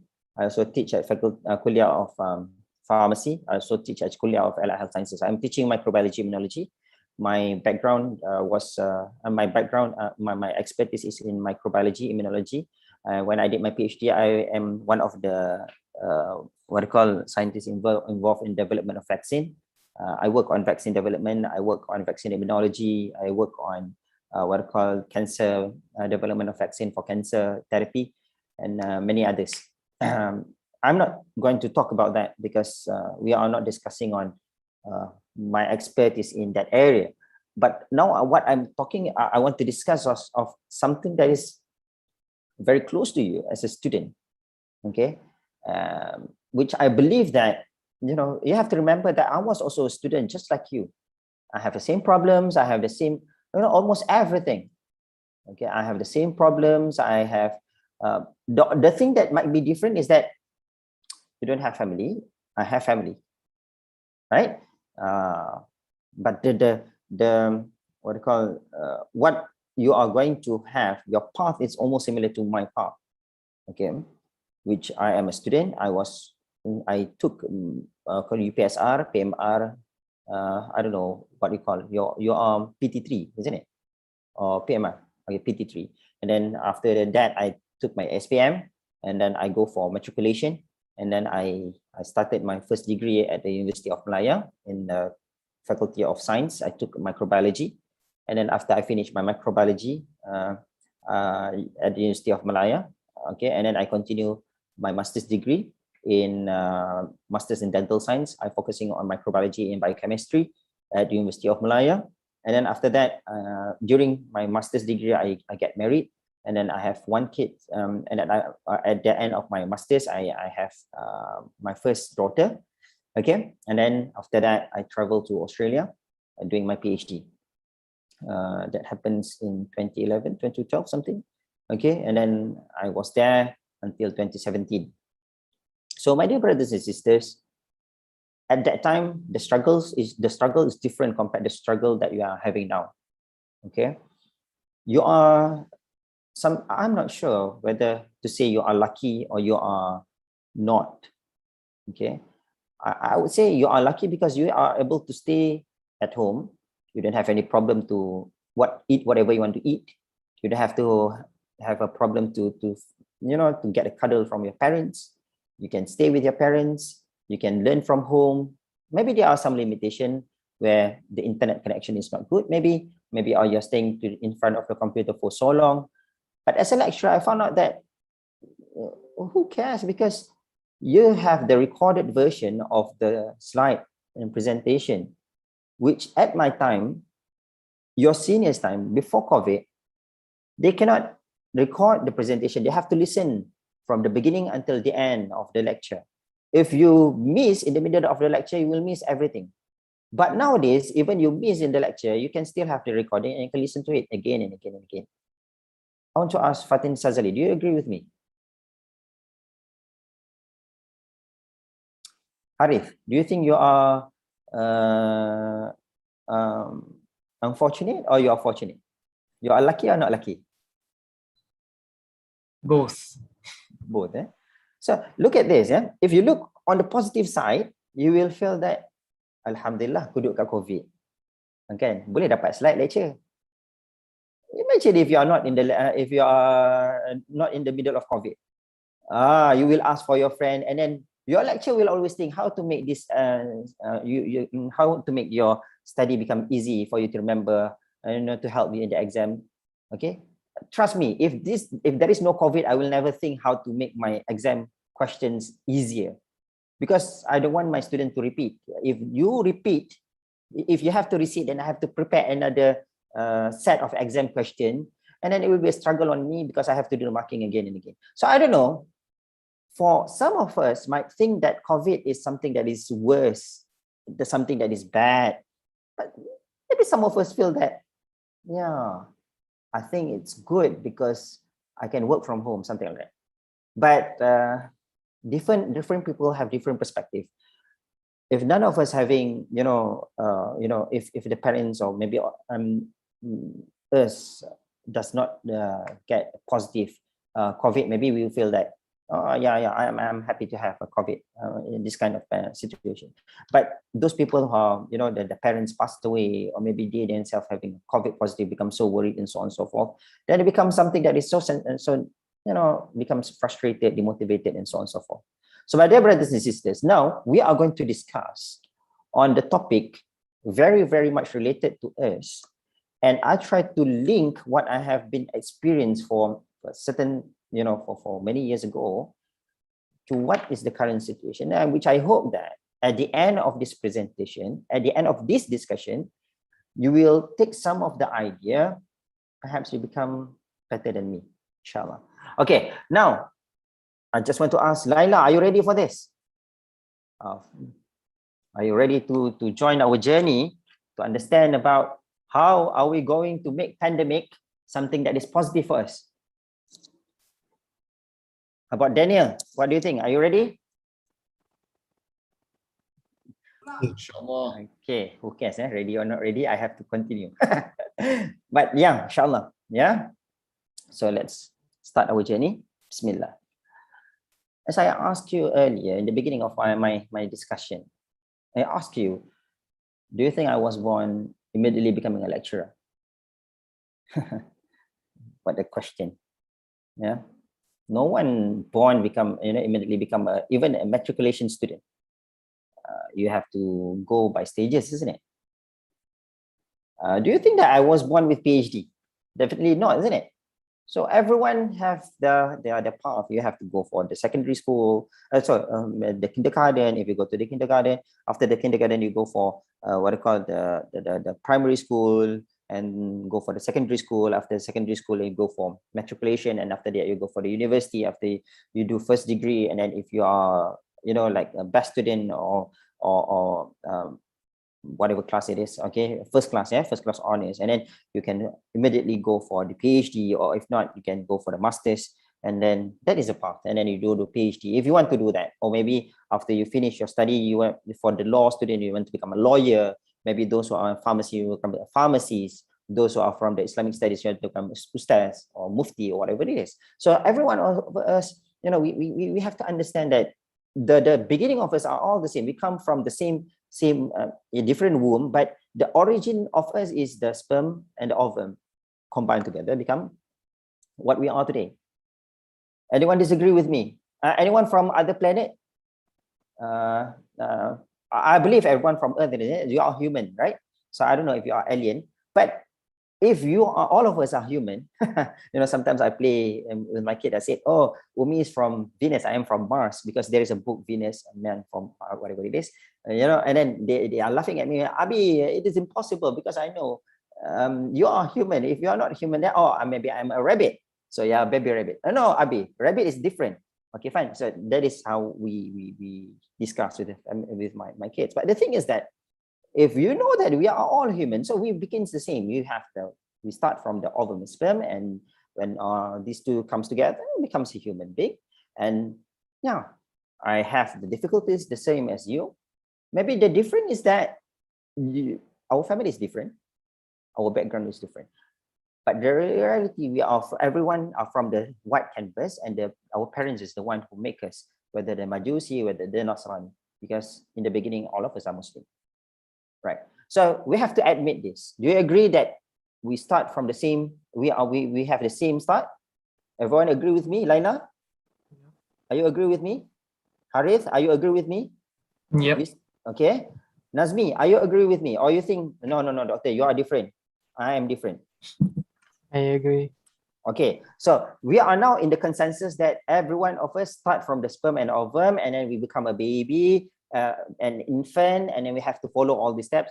Every one of us has to go to school, and every one of us have to struggle in the a couple of first few years of our study, and then starting from that, it start to differentiate us whether we are going to which school and so on and so forth. Yeah. So, but at least for the beginning of this discussion, we have the consensus that every one of us are human being. Yeah, every one of us starts from the same alaqah, not alaqah. Yeah, so inshallah. All right. As I mentioned to you earlier, okay, I'm not immediately become a you call me professor. I'm not a professor. Okay, so I'm not immediately born as an assistant professor, not immediately born as a deputy dean. Okay, I was a newspaper deliverer. I do newspaper delivery. I don't know whether in your place, that mama can naik motor, pin paper, surat khabar, and then they throw the newspaper. Right. I don't know if you notice them in your place, if there is anyone of if there is a newspaper deliverer. When I was in Australia, I'm saying this happened when I was in Australia, because I have to survive, right? Just imagine $300 to survive per month. It's not enough, so I have to do extra job, right? So at that time, I have to do I deliver newspaper every morning. Wake up about 3 o'clock in the morning, do the wrapping of the newspaper, because it is not like in Malaysia. Normally they put the newspaper at the front and at the back of you on the motorcycle, and then they just throw the newspaper to the or each of the house that pay for the newspaper. Okay, that happens when I was in Australia, where we have to wrap it properly in a plastic bag. So we have to do it. We have to be very, very quick, because we want to deliver the newspaper before subuh. Okay, so imagine if subuh sometimes can be very early, sometimes can be very late. Okay, it can be as early as 4 o'clock, 5 o'clock in the morning. So you have to be very, very quick to do all this stuff. Okay, I have to sleep early, about 10 o'clock less. If I sleep earlier than 10 o'clock, then I afraid that my kids because after my kids are all sleeping, and I have to take sometimes with my wife as well. So you can imagine that I have to have a very short time to sleep, because I have to wake up early and then to do this newspaper delivery. On top of that, I was also a photographer. I don't know, many of you are doing photography, but when I was like your age, this has happened when I was doing my master's, and I continued when I was doing my PhD. So I was also a photographer. So where, many of us are doing photography, taking pictures of those, the wedding photography. And then we also do this, almost the same thing like you do, the photography, taking pictures of those convocation and so on and so forth. Or at least do the editing. Okay. Yeah, because during my master's, I bought a camera. That camera, the purpose of the camera is not for me to to get some money, but then the camera is for me to use for the lab. But that time, the university does not allow me to use grant because I'm a student. There is no grant, so I buy the camera for my lab. I ask my supervisor, can I have a camera? So she says no, because there is no allocation for camera. So that I have to buy my own camera. My first DSLR was D60. D60 ke? Ada ke D60? I don't remember that. But I use that camera, taking a picture of all those bacteria and so on and so forth. That's why I was a photographer. And on top of it, okay, when my secondary school, okay, I was studying at if you know, there is one of the school, a very rural, in a very you know, I would say that kampung lah, in Sabak Bernam, sekolah Batu 38, sekolah agama menengah Sultan Salahuddin at that time. And then after that, when I was in Form 4, Form 5, I moved to sekolah agama menengah Bestari, and I was there for 2 years over there, Sambes. And then I learned a little bit of Islamic studies over there. And then when I was doing my first degree, I started to dig more, you know, like knowledge in the Islamic studies, where sometimes I attend class like from other faculty, just join their class, you know, like learning Al-Quran, learning, you know, all the hadith and so on and so forth. Yes, I was sometimes I become an ustaz, and I also do home tutor, teaching here and there, teaching mathematics and so on and so forth. I was also a DJ. Cakap-cakap kat radio tu. In Australia, there is a triple Z. Like here we have apa nama, radio tu lah, yang apa nama, sinar hits lah. Okay, when in Australia there is a triple Z .fm. This is a channel. I'm not really a full-time DJ, just a part-time. Okay, on top of that, I was also a chef doing some cooking when I was in Australia to survive.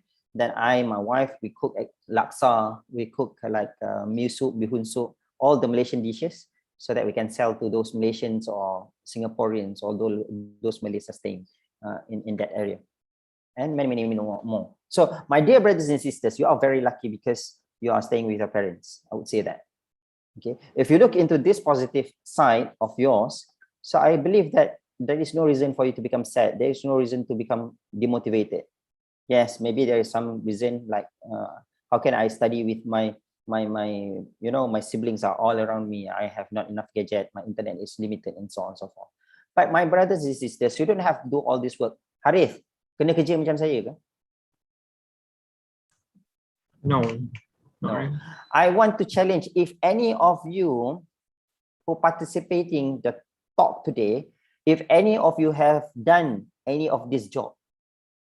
Oh, have done one photography. You've done photography. Okay. At my school.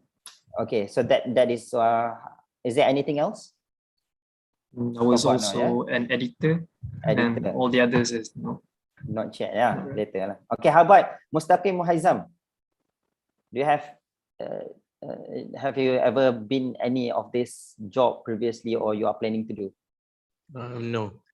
No, How about Ahmad Shamil? Okay, can I have Alisha Firdaus? Yes. I don't think I've ever actually done any of these jobs before. Okay. And then okay. So I would like to have can I have Munjid? Yes, Doctor. Pernah kerja macam ni? Tak pernah lagi. Ringin? Boleh juga. Boleh juga. Okay, fine. Okay, Syamil, you want to say anything? Pada saya, sejujurnya saya tak pernah lagi kerja dalam ni, dalam semua yang doktor sebut ni. Ada tak kerja yang lain? Pergi kerja dekat 7E ke? Tak pernah lagi buat? Tak pernah lagi. Tak pernah lagi. Okay, tak apa Syamil. Okay, thank you very much. Okay, so my dear brothers and sisters, okay, I am sharing with you the reality that I have involved when I was like at your age. Okay. And then this is a picture, if you can have a look, and this is me giving the khutbah, and then these are all the Malaysian, the Singaporean, and all the, what I call that, the people who are migrating to Australia. So you can see there are quite a lot of number. All right. And then what else I want to share with you? Okay, in 2012 to 2016, I was doing my PhD at the Melbourne University. So this is the background of the Melbourne University. You can see a very beautiful clock tower, isn't it?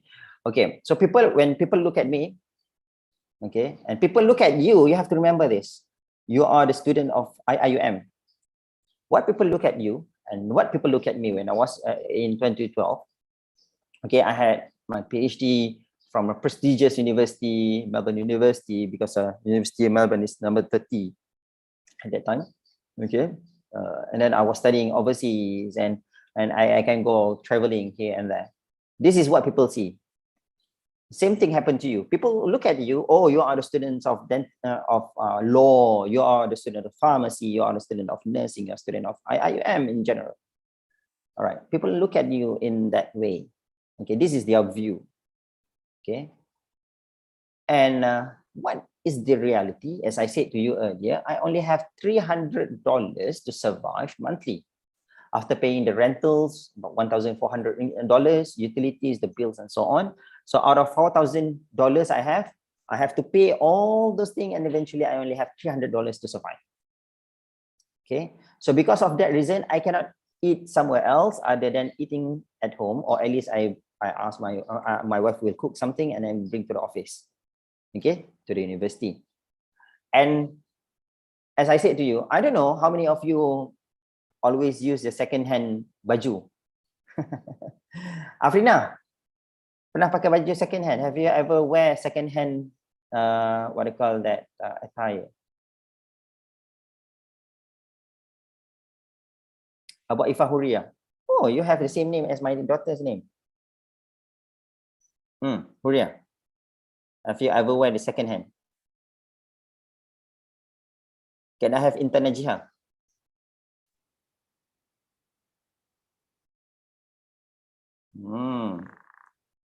Okay, can I have Sakinah 23?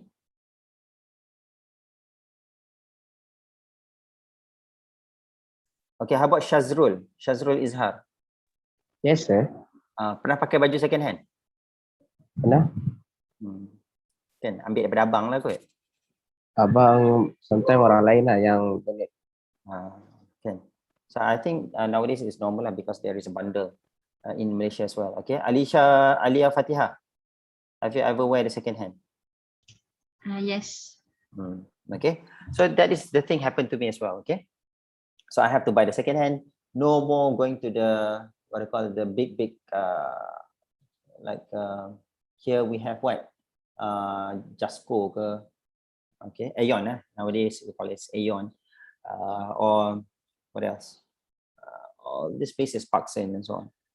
Yeah, so we have to tie the budget, because it's going to be very difficult. Otherwise, if I do actually, and I have, okay, it's okay, Sakina. Okay, and then you can imagine if $300, if because I bought a car at that time, it's a very cheap car. It's $1,000. I can have a Camry, a second-hand Camry, definitely, 1994, 1996. Okay, the what I call the car was 1996 was, and then it's a very old car. I bought it for $1,000 because, without a car, how can I travel with my wife if my wife or my kids need to, because we have to travel here and there as well to buy all these groceries. So I bought a car. So just imagine, when I have a car, definitely if there is a car, I have to pay for the fuel. If I have, because the price of the fuel at that time is also fluctuating. Okay, it's changing every Wednesday. Like us, it change every week, isn't it? So, and then sometimes I get fine, denda kena saman. It will be $300 or something like that. You can imagine if I have only left with $300 and I have to pay fine with $300, how I'm going to survive? Okay, how about all this thing then it's going to be very difficult. And on top of that, my wife also have she also sometimes she requests, you know, like can we have this? Can we have that? Can I buy this new shirt? Something like that. You know, my kids, I don't feel like happy when I give my kids a second-hand baju, the second-hand shirts and so on. But I want to have a new one for them. That is the dilemma that I have as a husband. So, and then what happened? These are the thing, you know, just for your information, these are the thing that people does not see, you know, to the students, to you. When people look at you, they thought that we are perfect. We have everything. We have everything. We are the best student. We are good student. And because of that, we become stressed. Okay. And it is very difficult for us to become positive because we are, you know, we want to please others. Okay. Now, my dear brothers and sisters, yeah, we want to please others. Okay. Again, I am also a personal shopper. Can you imagine a PhD holder, master's holder, definitely doing PhD, okay, at the very top university, become a personal shopper. We thought that this is a second-class job, become you know, delivering newspaper, PhD student, delivering newspaper. Hey, come on, okay. Personal shopper, when is the time for you to do your study? When are you going to do your lab work? People keep on asking that because people, you know, the more you listen to others, the more stressed you are. I don't know whether you agree with me or not, but that is what I feel. Alicia, do you agree with me? Yes, I actually do agree with you because the more we just hear other people talk, it just makes you more just frazzled and stressed out. Yes. Okay. Anyone disagree with me? It's okay. This is open for discussion. Okay. If everyone is agree with me, we are in the same page now. Okay. We are in the same page. Just imagine I'm doing my PhD. Okay. I sell laksa. I have to wake up with my wife in the morning, buying fish and so on, just to settle everything, make sure that we have this laksa properly packed, and then make a noodle soup and so on. Subhanallah, what a tough day. Okay, if I can remember what was happening, you know, I have been struggling to finish my lab work. My lab was closed. I was, you know, when I received fine because I parked, because over there are, you know, there are 1p, 2p parking. 1p means 1 hour parking. 2p means 2 hours parking. Okay, so you have to pay definitely. Okay, for 1 hour, like $3, something like that. If you park more than 1 hour, you will be fined. Okay, so you can imagine I was trying, sometimes I go to the office because I want to be quick, so I drive to the university. There is sometimes I drive to the university with this old car, and I park. When I do my lab work, sometimes it is exceed 1 hour. So I say it's okay, I want to finish this just a little bit more, you know, my lab work. Okay, I want to finish just a little bit more for 15 more minutes, just extra 15 more minutes. I just leave my, I hope that no one comes and give the fine, give the ticket. Okay, I finish, wash my hand, and immediately run down the stairs, go to the car. I want to change the parking to another car, another spot, so that I can stay for, you know, leave my car, park over there for 1 more hour, because it's 1p. You can imagine, right? You can understand, right? So 1p means 1 hour parking, so you have to be there just only for 1 hour. If you exceed 1 hour, you will be fined. The fine will be $80. $80 if you convert to the ringgit Malaysia, 80 times 3 will be 240 ringgit. Okay, that happens to me. Okay, that happened to me. Okay, I was so frustrated every time I got fined, because I have to be quick to the university, because I have to be at the university at 3 o'clock in the morning, set up everything, and then I have to do all the newspaper delivery. Sometimes I am so tired. I was so tired because I have to juggle everything. Okay, subhanallah. If I can imagine how tough, I don't know how can I survive at that time.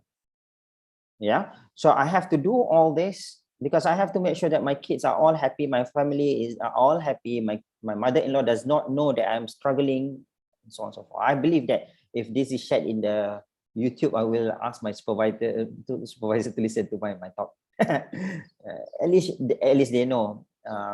I was very thankful to them for being very supportive. Okay, anyway, let's continue. Okay, people does not see this. They doesn't see the struggle. What they see is that what you post on the Facebook. So my dear brothers and sisters, do not listen to others when it comes to the negative part. Okay, when they want to say something that is negative about you, so just put your ears, just cover your ears. Okay, just do nothing about it. The more you listen to people complaining about you, now I am the Deputy Dean of Student Affairs. I receive lots of complaints. So the more I absorb these complaints, okay, it does not make me happy. It just make me stress, struggle to handle this and that. At the same time, I will put my wife, my family all away. So it causes lots of troubles. So my dear brothers and sisters, what I want to share with you from this slide, remember, people does not look at you on this, the struggle that you have. People always look at you on this part, the nice thing about you. And then if anything bad happened to you, they will take that, they will remember that, they will viral that, they will tell you many things about that, rather than they are talking about the success that you have. It's okay. You can leave now, Nasmi. Those who want to leave, it's okay. You can leave. All right. So I think this is recorded. You will. I'm not sure. If not, you can just listen to this later. All right. So now, how to become positive then? All right. How to become positive? Okay. With the struggles that we have. Now it's pandemic. We have, our neighbor is positive. And then we listen to many positive cases and end up in ICU. I have my friend very close to me when I was in Melbourne. Now he is in Australia. He is in the same campus, different faculty definitely. So and then he is now in ICU. Okay, because of positive COVID. The wife as well. The wife is positive. The husband is in ICU. So my dear brothers and sisters, now it's pandemic. How to become positive? How can we become positive? A very difficult question, isn't it? Right. Let me trigger you a little bit, and then we will do a little bit more discussion. Look at this. The first thing that I believe to make us always be positive until now, okay? Everything that we receive, every information that we receive, we have to filter. Filter whether, is this important? Is this not important? What is the category? Should I think about it? Should I worry about it so much? If you think this is very important, then you take that into account. You put that as a priority. Okay. If you think that is something that is nonsense, or you think that does not affect you, or something that is, just a distraction, so don't have to think about it. Which I believe many of us, we didn't filter it out. We just consider all problems as problems. I don't know whether you agree with me or not. Shazrul Izhar, do you agree with me? When you have problems, you think all the problems. You never discard all the unnecessary problems. Yang benda-benda mengarut pun kita fikir juga. Do you agree with me, Shazrul? Yes, sir. Okay. Auni Farhatain, how about you? When you have a problem, do you, you make all the problems as very important? Do you categorize them, Auni? Or if I can have Nazura?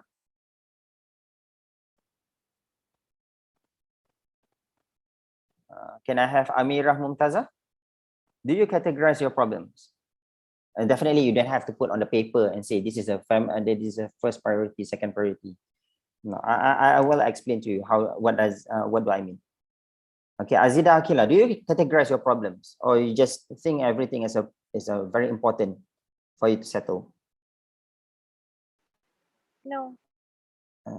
So that is the problem that I don't know whether this is correct. Yeah. Okay. I don't know whether this is correct or not. Sorry, Azira, you're on mute. You want to say anything? No. Okay. I'm not sure. This is based on my experience. Because, okay, now I want to share with you something that is, okay, look at this. Okay, I have 43 tasks that I have to do and make it very quick, as soon as possible. If you can have a look my screen, I have to review journal articles, and I have to go through all these grants and all the paper published by my students. I have to go through all this, check all the theses and so on and so forth, and lots of it. Okay, this is my work, right? You as a student, you also have your priority. You have to finish your assignment.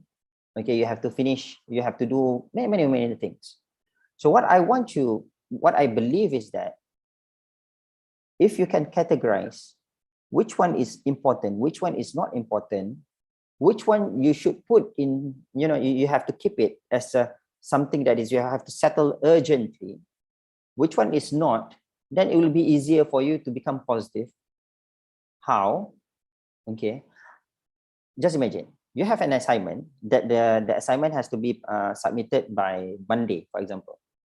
Okay, you have to submit the assignment by this Monday. Okay, and then you have also another thing that is given by your member, by your friend. That is maybe something that is for, for the student activity. Okay, assignment and student activity. Right. So this student activity, okay, is another problem of yours that you have to submit by Tuesday.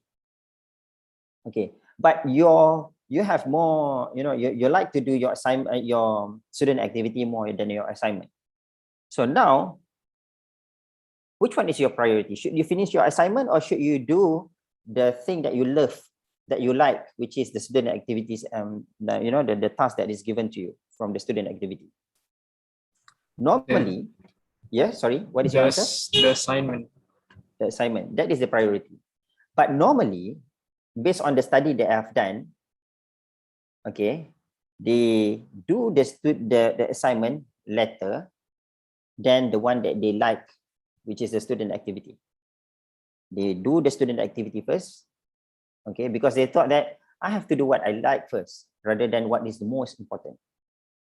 Okay, so what happened when you delay from when you delay from doing the top priority, it reached to the day where you have to submit, okay, at least one day or for a few hours before what I call the submission, you will become so stressed. And then at that time, you will feel that, why should I join the student activity? You put blame on the student activity. In fact, the student activity is not as important as your assignment, because the student activity, the task that you are given for the student activity, you have to submit it tomorrow. I mean, on Tuesday, whereas the assignment has to be submitted on Monday. So now you don't know which one is the priority, because you think that, okay, every problems I have to settle it. Okay, so, okay, I give you another situation. Okay, for me, family is the priority. For me, family is the priority. I don't know about others, but for me, family comes first. Okay, I have a meeting with the dean. Okay, imagine I have a meeting with the dean on Monday. And on Monday, my wife will have, say for example, if my wife is pregnant, and then my wife will have what I call an appointment, a hospital appointment. Okay, at the same day, same time. As a staff, normally I will answer to my dean first rather than my wife, because I think that my wife, after this, she can go by herself. She can do whatever she wants to do, and then she can go to the hospital, and then after that I can hug her, whatever thing I can pujuk her. Is that normal, Safia? That is always happen, isn't it, Safia? Yes. Because we think that our work is the priority. Do you agree with me, Ifa Shahira? Can I have one Attila? What do you think? I do agree that lots of people are like that, but I don't really quite like it. Yes. One Attila, you don't like it, right? Yes, I don't like it. So you prefer I listen to my wife rather than listening to my dean. You agree with me? Yes, because for me, family is the first priority. Excellent. So this is the idea that I want to put in you. Okay. Imagine your exam and your mother is in the hospital. So you know that your mother is more important compared to the exam. I know exam is very important. It is true. But if you enter the exam, you become stressed, you don't know how to answer, empty, zero, and you worry about your mother so much. I don't know. I don't know whether this is correct advice or not. But for me, I will come to my wife first in this case. I can say to my dean, can we postpone our meeting? Can I have someone else to replace me? There are lots of alternatives, but wife or mother or father, they are the only one that we have. There is no replace. So what I'm saying with you now is that you have to think wisely. Okay. At the same time, you cannot just reject someone else's appointment. You have to respect others as well. You have to give justification. You have to give suggestion, opinion to those people who you are having the promise with. Okay. So think wisely when you have few activities that you have to settle. Okay. So you have to think wisely. Which one is your priority? And on top of that, try sometimes to say no. When you know that you cannot do it, don't just simply say, okay, I want to do it. Oh, okay, yes, I can do. Yeah. You promise, or you keep on promising, and that can cause you stress. I don't know whether you agree with me. Or whether you agree with me. Promise can sometimes make us, I don't know, for me, promise make me stress. How about you, Awada? How about you, Lina, Adelina? If you are not able to do all the things, sometimes you should be able to say no, even to your lecturer, even to you know your capability. Okay, this is my advice. I even say no to my dean. I don't know whether this is rude or not, but the thing is that you have to know your limit. You always say yes to others, and you forgot about yourself. You just think about to make other people happy, but you forgot to make yourself happy.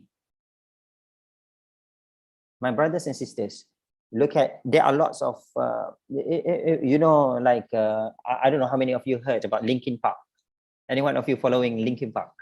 Ustaz tiba-tiba sebut pasal Linkin Park ni. Okay, there is a what I call the lead singer commit suicide. Okay, and even there are a few years before, there is a people like to make jokes, you know, apa dia kita panggil, I don't remember this guy, and then he also commit suicide, bunuh diri, and then there are people who make jokes. We can see them in the newspapers and in the what do you call that, in the TV show. They are happy, they are laughing here and there, you know, non-stop. And then why they commit suicide? Because they are trying to please others. They want to make people happy, but they forgot about themselves. My dear brothers and sisters, now we are being impacted by pandemic. You know what is your priority? Think wisely. Please, if you know you are not able to do it, say no. Your lecturers, your supervisor, they can understand. But not just simply say no, give some suggestion. I am as a lecturer, when my students say no, I prefer them to say, doctor, I cannot do this because of what? I have an alternative. Okay, if you just give me trouble and then I will not listening to you. Okay, so my dear brothers and sisters, think wisely, know your priority, categorize it accordingly, and then work with what you think is the most important. When I show to you my task, I have 43 tasks that I have to finish within less than a month. So how do I settle this? I know what is my priority. So I do, because I cannot remember everything. So I put it in this kind of way. So the thing at the bottom is the most priority that I have to settle. Okay, so I have to complete the upper. You know, you don't know this, but for us we have to do that. Okay, Number 2, do not procrastinate. You know your assignment, you have to submit your assignment Monday. Why do you have to wait until Monday morning only then you want to do it? Only then you want to start it?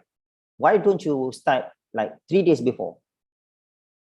Maybe, or maybe earlier.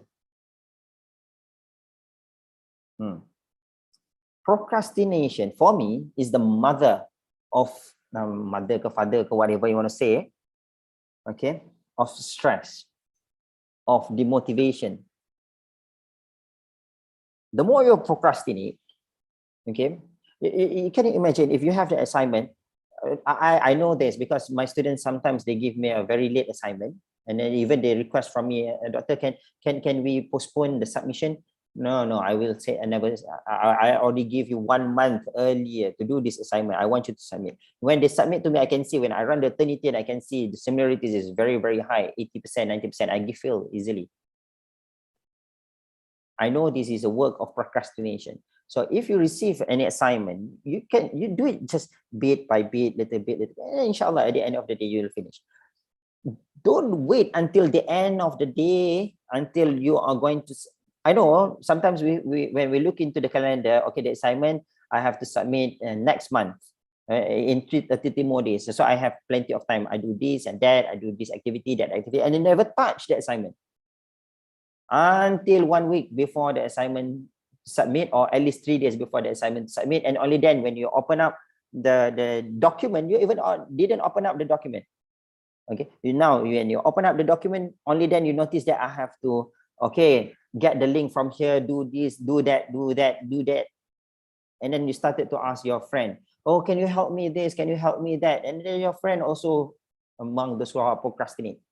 Then you start to copy from others. You start to find how I am going to make Dr. Hafiz, like your lecturer. Okay, if how can I give excuse? So my dear brothers and sisters, please do not procrastinate.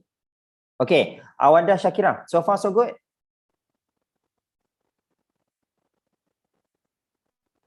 Can I have response from Adiba Zulkifli? Are you still following?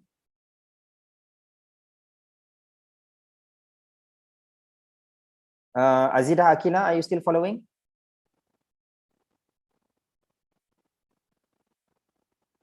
Yes. Okay. Let me continue just a little bit.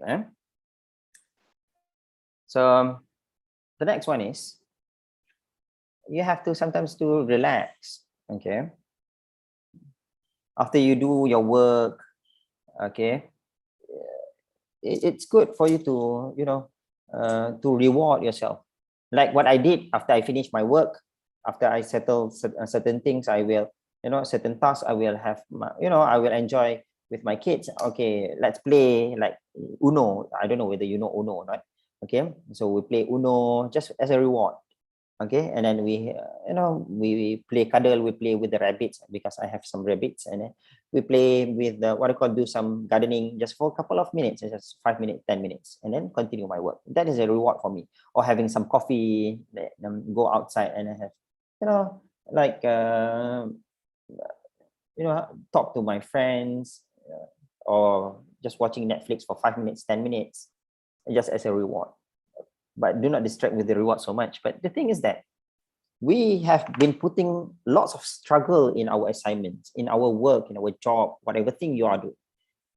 In order to make that job or the task, the next task that you want to do is you have to, like you're already at the peak.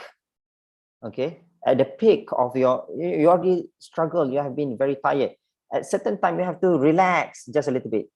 Remove all the tension, okay, so that you can still have some space for you to absorb the next. So normally in my class, I know that my student, because in dentistry we have like 8 to 9, 9 to 10, 10 to 11, 11 to 12. Normally in my class, I know that my students just finished their class in the like for example, if I teach at 11 to 12, okay, so I will say to my students, okay, it's okay, we will start a little bit late, 5 minutes late, so that you can have some break. You want to drink, you want to have a coffee, whatever thing. Okay, and then after you have a break, relax, and then when I start my class, I will always say, Okay, so let's enjoy. Let's watch a video. Video of the thing I'm going to present, for example, or anything that can make my students feel happy, like what I did to you. Distract with some other things. Discuss about family. Discuss where I come from, and so on and so forth. What you have done yesterday, something like that. Before I start my discussion. So, because my dear brothers and sisters, sometimes we need to relax a little bit before we start to continue with the other thing. Try to find some time for you to relax. Okay, so this is my first point. Keep calm and finish your coffee. Number 2, you have to think positive. How do you think positive? When you receive an assignment, for example, okay, because you are students, I'm saying about assignments, right? When you receive an assignment, normally when I was a student, I think that this assignment is just another like a burden for me. Okay, because there is a due date and so on and so forth. But what I think is that it is better if when you receive an assignment, you look at this way. Okay, why do I receive this assignment? So this assignment to make me feel and to make my understanding better. Okay, so that when I have this assignment, I can understand microbiology better. I can understand what I call Sharia better. I can understand the law, whatever thing better. So that is the reason of the assignment. Assignment is not something that the lecturers give to you to punish you. No, the intention of the assignment is to make you understand even better. For my subject, what I did for the assignment, normally this assignment is what I call part of the exam questions. And the assignments that I gave to my students, I believe that is also the same with the rest of the lecturers as part of your continuous assessment. So when you receive this assignment, you do the assignment accordingly, okay, right? You think the positive way of the assignments, inshallah, okay, you will be happy to do the assignment. As I said to you earlier, do not procrastinate. Whatever positive thing that you have, the moment you procrastinate, everything will become negative. And on top of that, you have also to think positive, because whenever you that is assignment, something that is very bored, very dry. So now let's talk about COVID-19. As I said to you earlier, COVID-19 become an opportunity for many of those who are working as a Grab rider, Grab food, apa lagi, Food Panda. Can you imagine before the COVID-19? Okay, maybe some of them lost their job. Okay, and then because of that reason, they started to do the Grab food and so on and so forth. But can you imagine how those people who are previously their sale is very, very, they cannot sell because there is they have to rent a shop, for example, and then from having a shop, only then they can start to do the selling. But nowadays, everything can be done online. And even standard 5 students also can do online shopping, isn't it? So think the positive way of any problems that you have. Like me, for example, when I was in Australia, I have a struggle where I don't have money, okay, which I also believe that my friend will also have the same problems, okay, where we don't have enough money to support our family, to support the family members, yeah. So what we did is that, okay, we have to do part-time job. So how are we going to, when we go to do the part-time job, how about the family members, anak-anak, and then like for example, the wife is going to the university and the husband the husband has to do part-time job. So who's going to take care of the kids? So what I did is that I offer them to become a babysitter. My wife is a housewife, so I can get lots of money from that. I mean, you can imagine if one parent sent to my place and then they pay me $100 per month. Okay, instead of 300, now I have $400. And then if there are lots of families sending to my place, so I have extra money. So my dear brothers and sisters, limitation sometimes makes us become, I would call that creative. So that, my brothers and sisters, think positive. When you think positive, inshallah, everything will be better. And never, if possible, don't be optimistic. Optimist means always think, okay, if I do this, I will become that. If I drive to the university, I will get fine. If I if I do this assignment, very good, very nice, I take a picture of this and that and put everything properly, and then people will look at me as nerd. You don't have to look at that way of thinking, my dear brothers and sisters. So the moment you have the optimistic, optimist is good.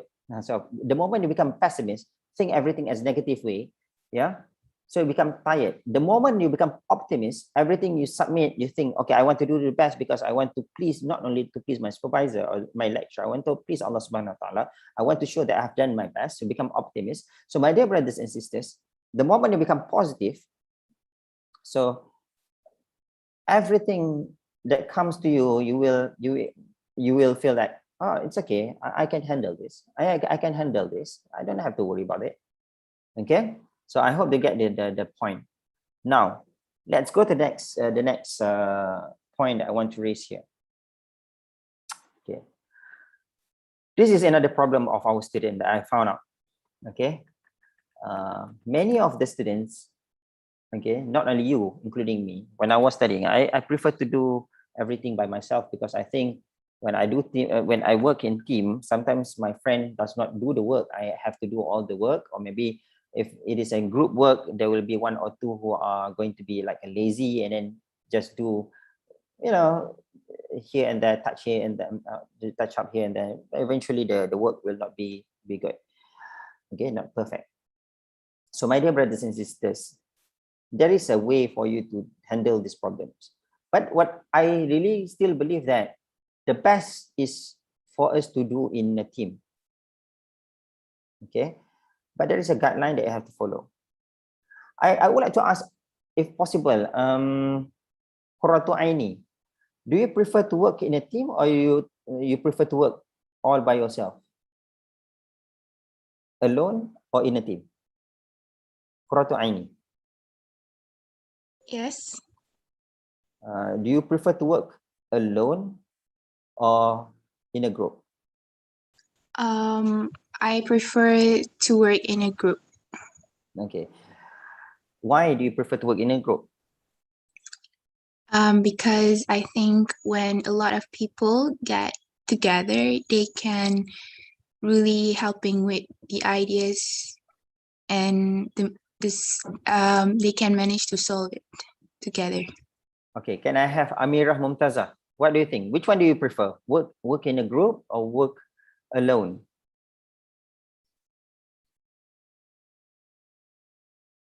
Okay, how about Amar Sharifuddin? Which one do you prefer? I know it's a bit, it's already 2 hours you've been listening to my presentation. I just want to know a little bit more. What do you think, Amar? You prefer to work in a group or not?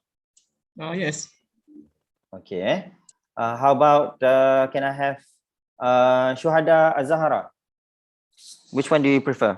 In a group or not? I prefer not. Why? Because It's okay. You just let us know so that we can discuss on that. I think if I like that's my way, Sorry? Saya macam saya takut orang tak terima cara saya macam tu. Okay. So you feel like, oh, other people cannot accept me, Okay. Yes. How about Intan Najiha? What do you think? You prefer to work alone or in a group?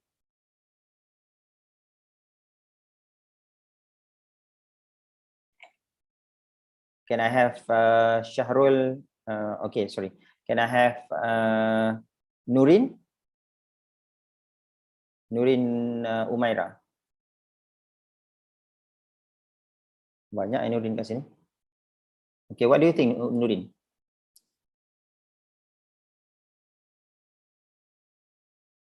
How about Qurratu Aini? Which one do you prefer? Work in a group or all by yourself?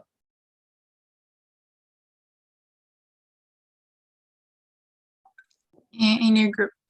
In a group, So okay, fine. So I can see here, okay, from the question, from what I listened from this short survey, you can see many of us prefer to work in a team. Yes, it's true. Yeah, but you have to remember, sometimes when people are not responsive in a team, sometimes it's not because they are lazy or they don't want to contribute. Okay, just like what our sister just mentioned earlier. Okay, she doesn't want, she cannot work in a group because of what she feel like she is not able to give the best, or people are not confident with her. So we have to remember about this. Yeah, in a group, in a team, it doesn't mean that everyone is perfect. That is the reason why we need a team, because each of us have our own strength. That is the same when I was I am doing because when I was doing my PhD, so we need to do publication.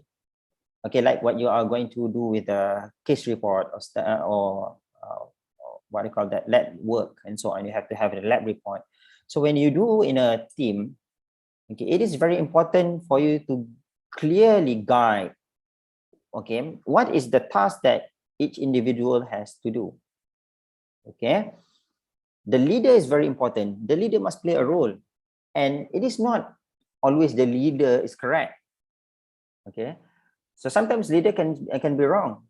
I am telling you because one day when you become a leader, okay, sometimes you have to admit that there are some of the opinion of yours might be, you know, obsolete, or maybe does not help the team. Okay, let me give you an example. If you still remember one of the story during the during the battle of Badr, okay, where after Islam won the battle, and then Nabi SAW asked to the companions, to the Sahaba, so what are we going to do with those people, with the musyrikin who are still alive?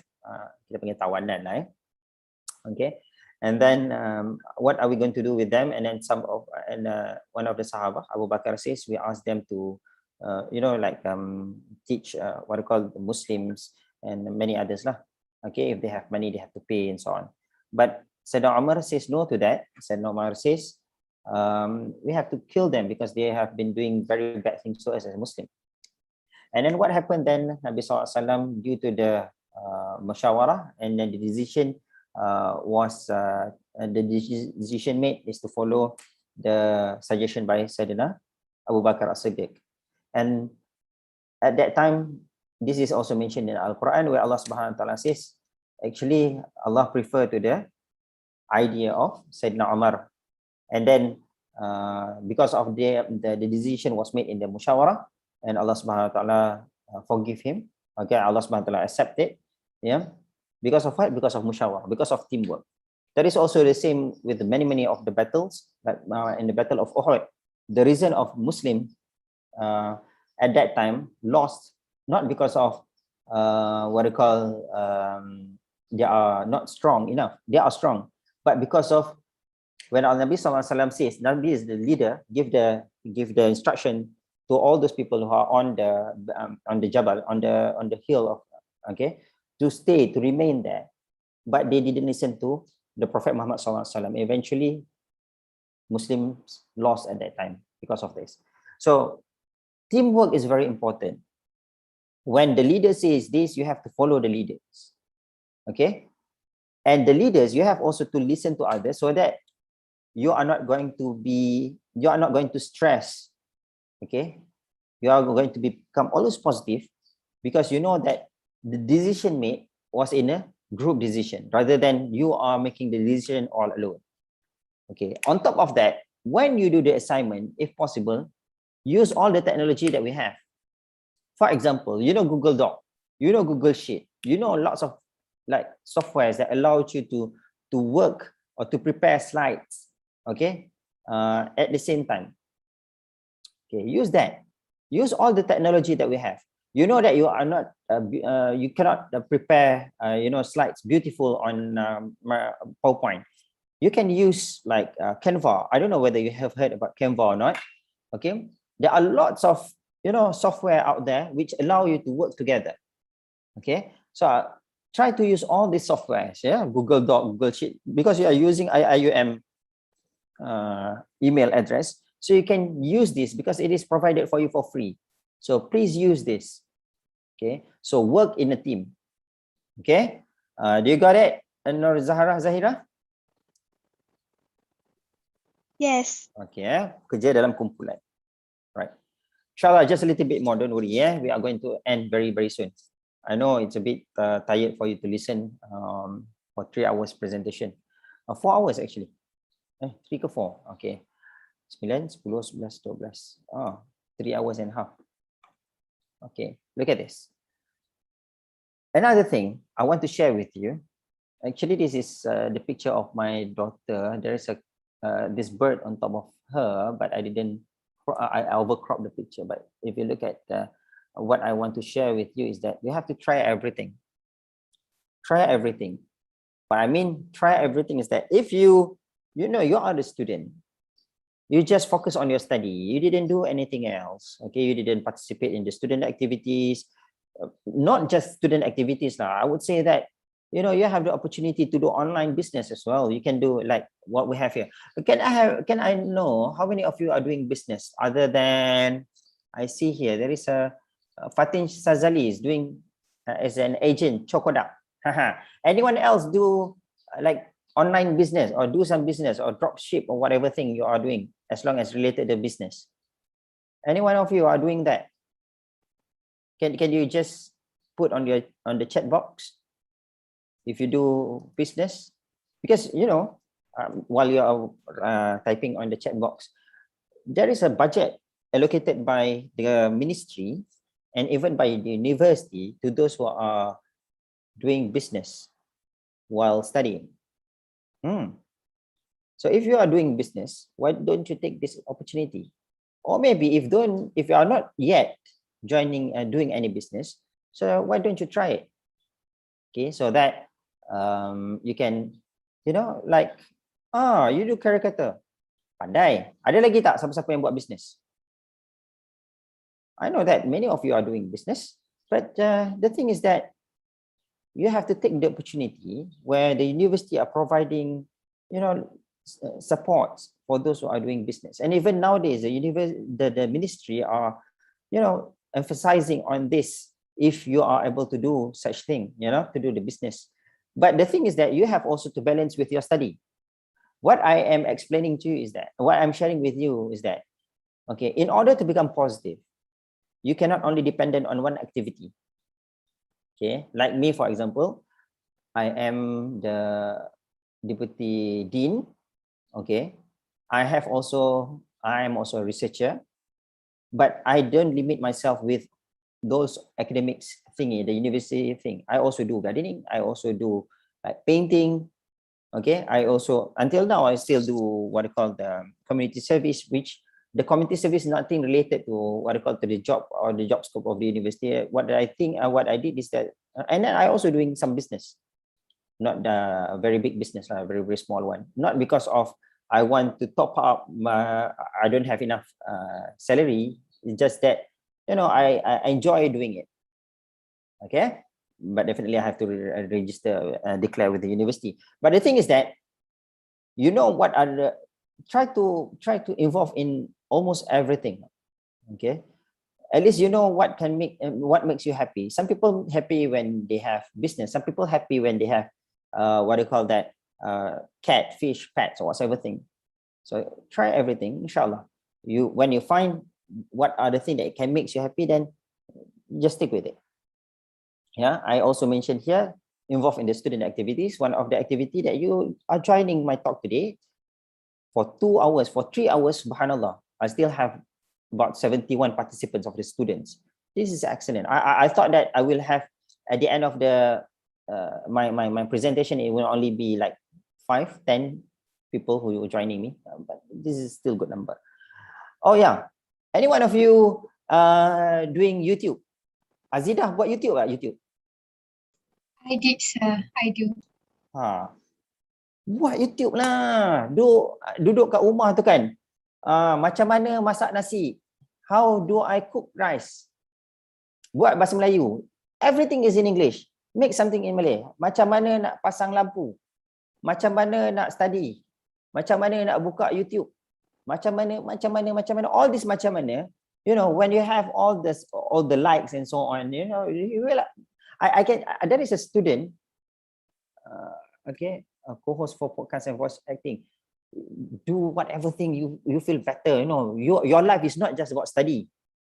I know you are a student. Sorry, you know, apa nama, I'm telling the reality, okay? Because after all, we are all human, right? We have the same, you know, I would say that, like brothers, we have, I don't know whether you are playing games or not. I have PS4. The last time I bring PS4 to the office, and then people complain, Dr. Hafiz, I can listen games from your office, because you know, when I was in Australia, I do that. I have my freedom. I can play games when I'm stressed. I just play games, but that's not happening when I came back to Malaysia, because I cannot put what I call PS4, TV, everything in my Deputy Dean office. It's not proper, isn't it?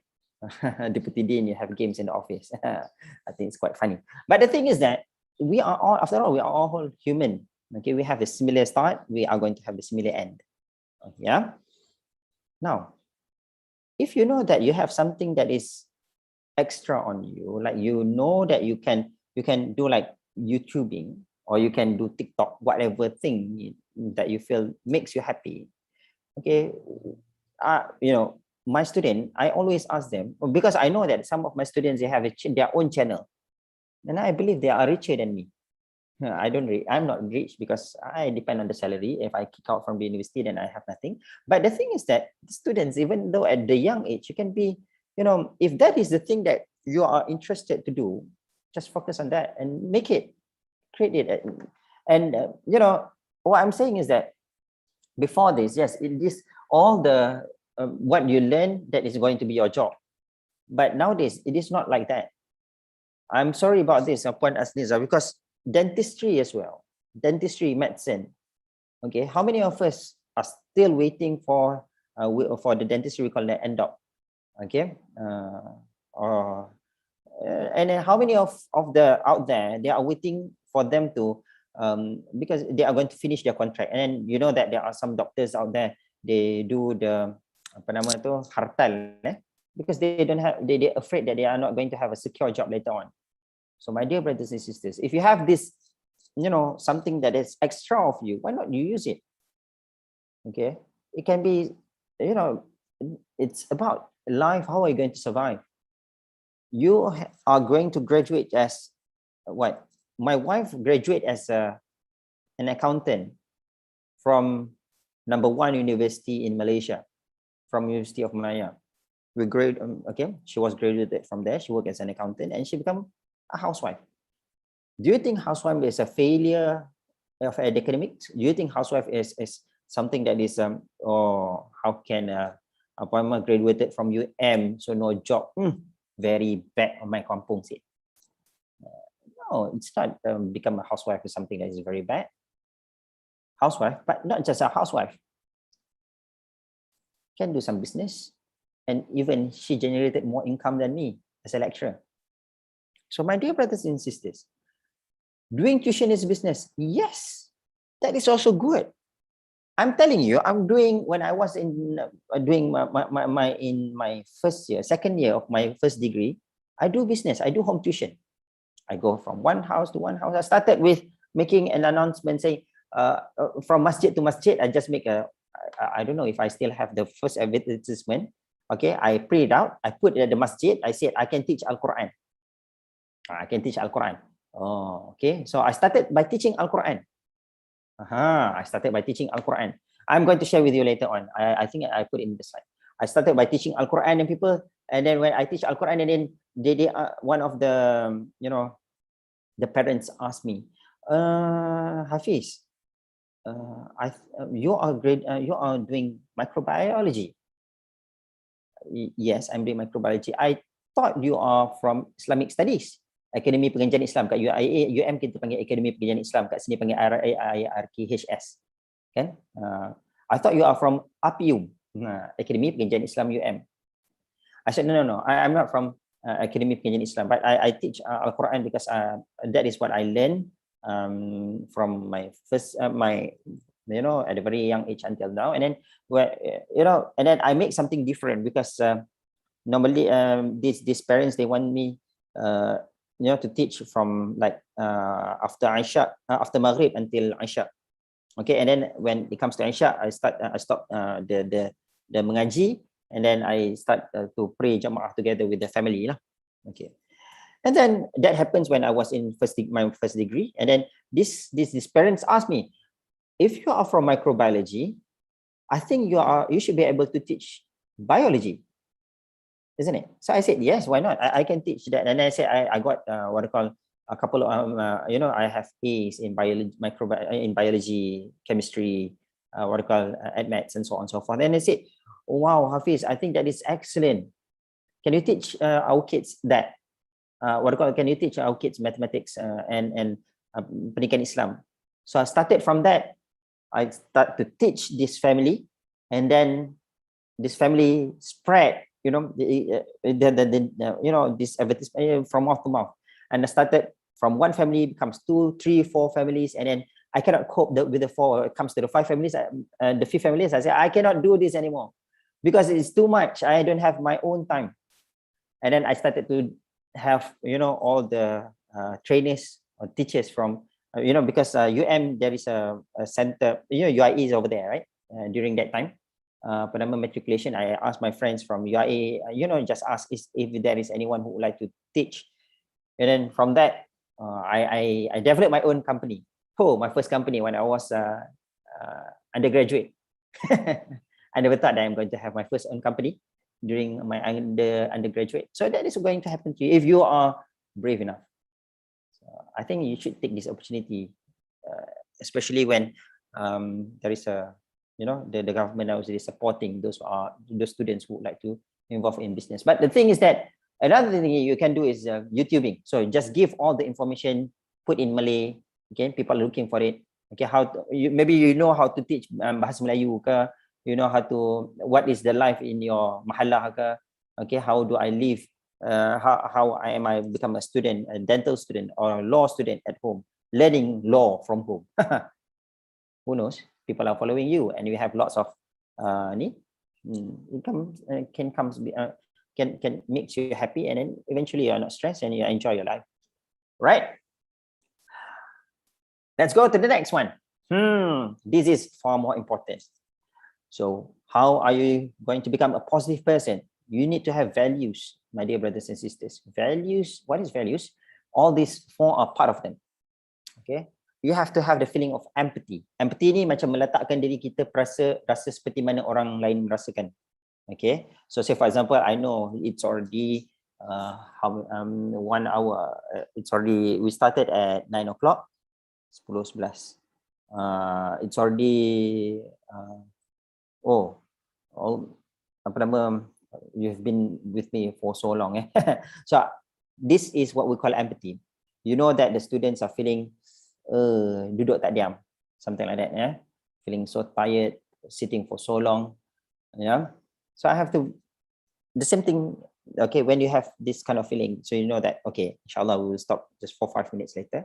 Okay, before we stop, I just want to share with you just a few points here. So that is the meaning of empathy. You put yourself in other people's, macam bahasa Melayu kita panggil apa, meletakkan diri kita dalam kasut orang lain ke, in other people's shoes.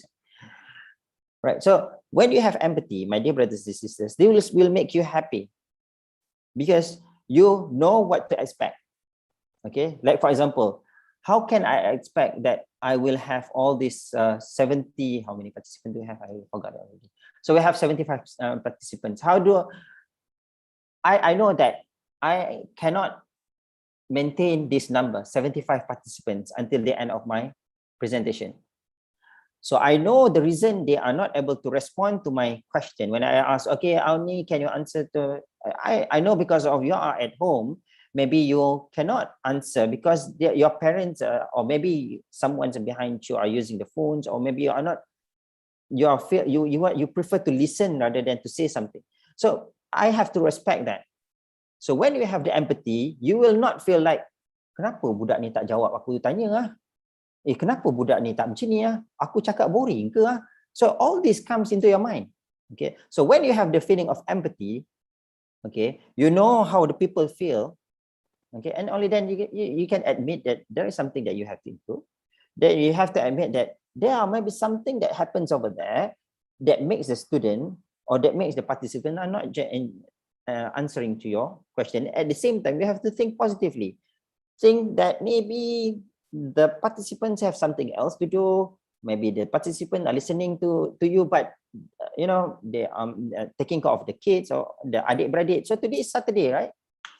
So because of that reason, my dear brothers and sisters, if you have the empathy in you, you will not stress.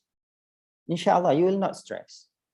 I know this because I am teaching 70 students, or for pharmacies, it will be 100 something in one batch. And all of them are not turning on the camera. So I cannot force them to turn on the camera because I know they are staying at home. If they turn on the camera, everything behind them, like baju ke, anak duk berlari ke, if there is ada adik ke, kan, mak ayah duk lalu kat belakang, okay, dengan duduk dalam bilik. So I have to understand that it's happening. So that is the same with you, my dear brothers and sisters. Have empathy. Think about what other people feel. Put yourself into their shoes, and inshallah you will be happy. So this is how to make yourself happy, positive. Okay. So next, patience. Relax. Okay. Patience. Sabarlah. Okay. Sabar. Sabar. What I mean by sabar here is that, okay, you know, like when you are listening to me, I know you feel, some of you might feel bored because when I do the assessment just now, where is the assessment? I don't remember where I put it. Okay. We have a student here saying feeling bored. We have 2.9 saying, I think I can stay for a few minutes, which I expect that there are lots of students who should who already leave but still here. I don't know, but I feel positive because Alhamdulillah, you are still joining me until now. I want to continue listening, which I have 4.1 over here. Why should I bother about this 1.2? And yeah, why should I bother about this when I have this 4.1? Okay, imagine if I do like this on my screen. Okay, now what can you see? I want to continue listening, right? I didn't focus on this. If I focus on this, how do I feel? What do you think? Motivated. Motivated. The problem is, most of the time we look at this. We just focus on this. When you focus on this, you start to, I want to quit this. I don't want to. I want to stop. I want to stop immediately because I know there are someone boring. Okay, okay, just for a few more minutes. Okay, why should I focus on this too when I know that there are lots of people who want to listen to me. Okay, can you imagine? Okay, so look at this letter H. Imagine this is you don't want this letter H. Okay. Okay, wait. I think it doesn't make sense. Okay, let me turn on one document. I just want to make an example for you so that you can appreciate this patience thingy. Okay, now I still loading. Okay, look at this. This is blank document. Wait, okay, look at this blank document. Okay, now can you see my screen? You can still see my Word document, isn't it? Yep. So now it's empty. Yes. It's clean, isn't it? Clean, right? So imagine I put here and I put in the middle. I put one dot. Okay. Okay. Now I want to ask Harith, where did you focus? The dot. The dot. Can I have Fatin? Kat mana awak fokus? Just tell me immediately. Which part did you focus? Ahmad Faris, how about you? Okay, can I have Mustaqim? Yang klip-klip tu. Klip-klip tu. Okay. Okay. Say for example, I don't know how to remove the clip, but can I have Azidah? Okay. Which part did you focus?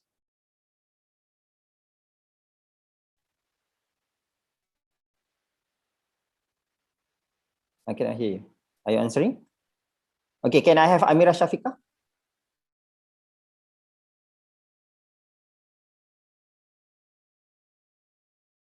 Which part did you focus? Which part do you focus? How about Awan dan Shakira?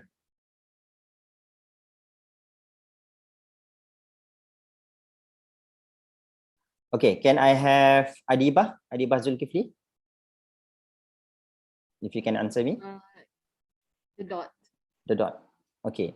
So now, my dear brothers and sisters, okay, normally when we have trouble, we have problems, we will focus on the problems. The problem is the dot. Whereas there are lots of white empty spaces over there, which is very, very clean, which we forgot. Because of we focus on this, we become, where is it? It's gone. We become stressed. So what I'm saying to you, my dear brothers and sisters, just be patient because this is only a small dot. One day, it's going to be deleted. So why should you focus only on the stress, on the problems that you have? There are lots of empty places that you can make yourself happy. See, if you have lots of dots, I don't know how many dots. Here dots, over there dots, and over here is another dot, and over here is another dot.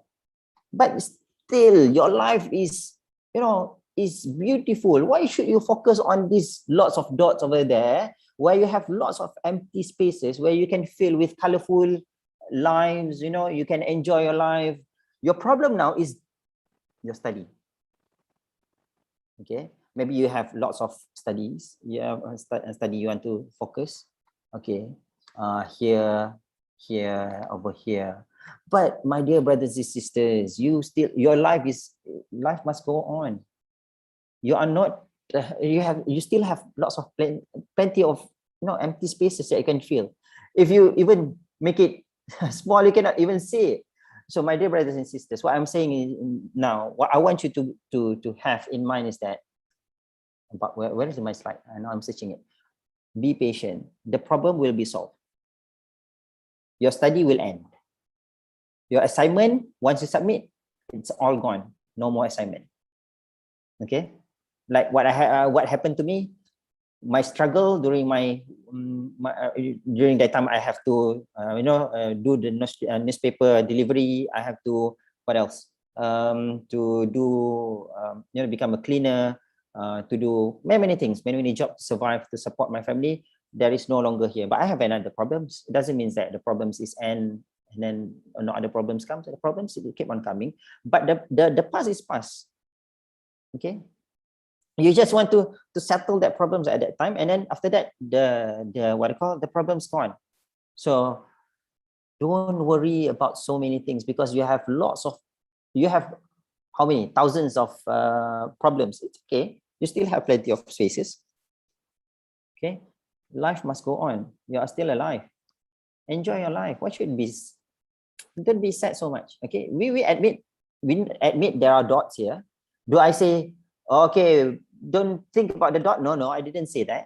We have to admit there are dots. There are dots. But I said, do not focus on the dot only. Your life is a lot more than the dot. Okay, you are creative. I know. I can see here, Yasmin is doing tuition. Ahmad Faris, YouTube channel. Nanti aktif lah balik tu. Alisha, okay, co-host podcast. Okay, what else? Mustaqim, Mustaqim semangat je. User kata apa? Khair kata, plenty of opportunities. Yes, Harif. So that is the reason why I'm saying to you, my dear brothers and sisters, why should you be sad when there are plenty of spaces for you to become happy?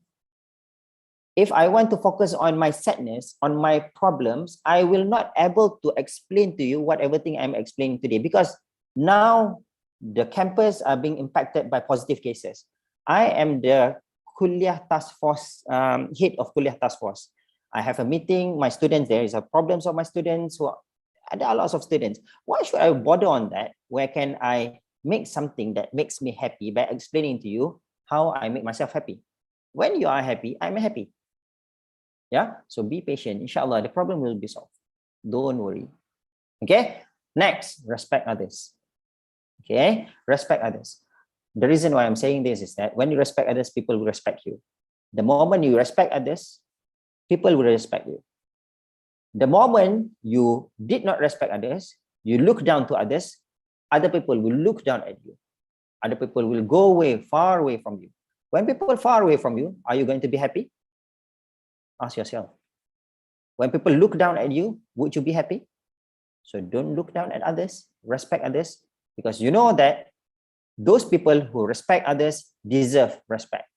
You respect others, people will respect you. Okay? So that is how you make yourself happy. As a lecturer, I have to respect you if you leave the conversation, the discussion today because of, you have some other activities. I have to respect you. So I have to respect. You didn't want to answer me. I have to respect you. Maybe you have your own reason. So I know that by respecting you, there are lots of others who want to listen to me and still listening to me and keep on answering to the questions. Okay? Because you are respecting me. So why should I be sad when people are still respecting me, which I'm sharing with you that I'm respecting others? So inshallah, by that, we'll be happy. Next is spread salam. So when you meet people, I'm explaining you because I was in Australia for a couple of years. So 12, 13, 14, 15, 16, 17, 6 years. Okay, when I was there, I finished my PhD for 3 years and I continue with my other part-time jobs and here and there. When I was there,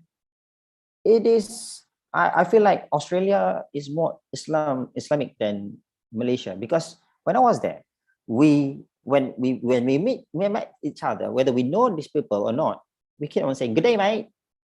How are you? Good morning. Good morning." Jalan jumpa je good morning. Tak kenal pun. Okay. When my wife was during that time pregnant, and then we want to travel here and there by tram, and then there will be lots of people coming. Okay, helping us because we are using pram lah. Apa nama tu? Stroller tu. Okay, it's very difficult for me to carry this stroller all by myself. My wife was pregnant at that time, and then there are lots of people offering to us to bring up the pram into the what I call the tram ni lori macam ni lah, panggil apa tu, LRT. Okay, it's not just people giving space, okay, but people, and then even they greet us, this, "Oh, how are you?" They say, "How are you?" Something like that. Okay, how's everything? "Oh, your kids look so pretty. You have a very pretty kids." Something like that. Yeah. So they greet us. So what happened? We become so happy, mate. So we feel like, oh, people greet us. So we greet others, and then when we greet others, people answering to us, we feel like, bestnya. I don't know if you have the same feeling when you say Assalamualaikum to others and people answering back to you. How do you feel? When you say thank you to others and people say thank you back to you, and people, you say good morning, people say good morning to you when you go for jogging, something like that, and people say good morning, and then you say good morning, you reply good morning back to and the people replying good morning to you. How do you feel? I would like to ask whether you feel happy or you feel like annoying. Awadah, what do you think? When you greet, when people saying good morning to you, how do you feel? Okay, can I have Azida? What do you feel when people saying good morning to you or good day, whatever thing lah? They greet you, say Assalamualaikum. How do you feel? Yes, Azida, you want to answer anything? Okay, Qurratu Aini, how do you feel when people say Assalamualaikum to you? I feel peace. Peace, relax, right? We feel Yes. like we want to, even sometimes we want to talk with this person a lot more, right? Kita nak cakap lagi banyak, nak sembang dengan dia. How do you feel, Harith, when someone say Assalamualaikum to you? You feel like what? I feel appreciated. Appreciated. So this is the thing, my brothers and sisters. That happened when I was in Australia. Right? People greet us. Good day. Yeah, but my English, my accent is like Malaysian accent, definitely. My kids, they're even fluent than me. Okay, their accent is still like the Aussie. But the thing is that, they don't care about the accent, They don't care about the accent. The people that care accent so much is the Malaysian. I don't know. I'm sorry to say this, but when I was there, when I speak, when I was, I ate rambutan, cempedak. I am from my parents are both of them Kedah. Even though I was born in at KL, but I still use my dialect will be still Utara lah. Okay, and then when I speak English, it will be like what you are listening at me right now. It's not good and it's not too bad, right? As long as people can understand. Yeah, when I was there, it's everything. It's about greeting others, respect, spread salam. It's true that there are some people who but most of it who are like didn't do this, but most of them are Asian. Okay, I believe Asian is like that, but this kind of people, they are non-Muslim, they are spreading salam in their kind of way. So it makes us happy, and then we want to talk more about it. And then we ask them, where are you come from? Which country are you come from? Oh, where are you staying? Yeah, okay. And then kadang-kadang, subhanallah. So, my brothers and sisters, the moment you greet, the moment you spread salam, so there is what I call positive vibes. Okay, people start to like at you, to love you, to know more about you, to discuss with you, to respect you. So it's up to you. Okay, it is up to you whether you want to spread salam or not. But for me, when I meet my student, either at the masjid or at the mahallah, whatever places, I don't care whether they are students or not my student. I will start myself, because that is what Nabi Sallallahu Alaihi Wasallam teaches us to do. Whether I know them or not, I keep on doing that. When I do jogging, I met anyone, I just say good day, good morning. Sometimes people look at me like weird, but why don't we start if everyone do that? So I think everyone will be happy. Nowadays, we also cannot see people smiling. If we start and then we just assume that people are not liking us. Okay, we assume that people don't like us because we cannot see the smile, isn't it? You just cover your face with the mask. I'm sorry. Give me a moment. I want to answer my kids. I know they are looking for me. Just give me 1 minute.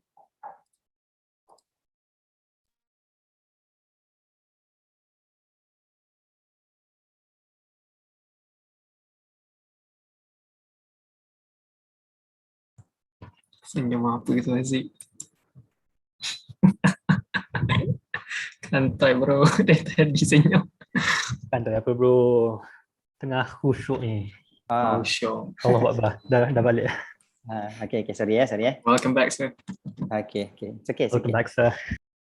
Tak apa. Okay, so itulah. Ya, kita start kita lah. Kita nak suruh orang start. Memang sampai bila orang takkan start. Okay, we have to start first. Okay, people say call us crazy, up to them. But I don't think so. People will call us crazy because most of the time people respond to me. But they will feel like something like that. No one saying that to me, and then suddenly someone greeting me. Do I know him? Something like that. But after that, you can start the conversation, and then you know the others. Okay, so spread salam, if possible. So don't have to wait for other people to say salam to you first. Just start. Inshallah, you'll be happy. Okay. Right. So that is my advice. But my dear brothers and sisters, it is up to you. Okay, whether you want to follow or not, it's up to you. Now, look at this. This is my family. Keluarga angkat lah. This is Michaela, his wife, and this is my wife, and this Humaira, Huria. This is myself when I was quite thin. Not thin, tapi I smell a lot during this time. So this is my lab mates. Okay, she's from Indonesia. So he is also my supervisor. I call him Michael. Okay, because in Australia we just call by name rather than calling professor, doctor, whatever it is. Like Najan call me professor. So I even my master's and PhD student, I said just call me by my name. Okay, but they refuse to say, oh no, cannot doctor, because I have to respect. It's okay, because that is our culture. Anyway, what I want to share with you, this is very important. Okay, both of them are Christian. I'm a Muslim, and I sometimes I visit him. Okay, we have like definitely they provide us with a place for prayer and so on, untuk solat kan. So my dear brothers and sisters, what I want to share with you today is that no matter what religion your friend is, I'm not sure whether you are lucky or not, because you are now in the environment where are all Muslim. I was graduated from University of Malaya, and then I continue my PhD at the University of Melbourne, where and there are non-Muslim as well. Okay, and then yeah, I don't know when I when my primary school, yalah ada non-Muslim juga. My secondary school, because of I was from sekolah agama, Islamic oriented school, then we are all Muslims. During my secondary school, I don't have any friends actually non-Muslim. I don't know whether that's something blessing or not. But when I joined I was in culture shock, because during my secondary school, everyone wearing tudung, the tudung labuh, tudung, very, very proper hijab. And when I enter that does not happen. People wear skirt, people wear shorts, and the sisters are wearing shorts and so on. But yeah, do I have a gap with them? Chinese, all this, people, even Malay wearing taxi and so on. No, we still become friends. So we don't have like, okay, this is the group of Usrah, this is group non-Usrah, this is group of Ikram, this is group of apa lagi Isma, this is group of PAS, UMNO. No, once you have this separation, whenever you meet the people from other group and you feel unhappy, you will tend to say, oh, ini PAS ni, ini PAS. Trust me, brother, I'm telling you the truth.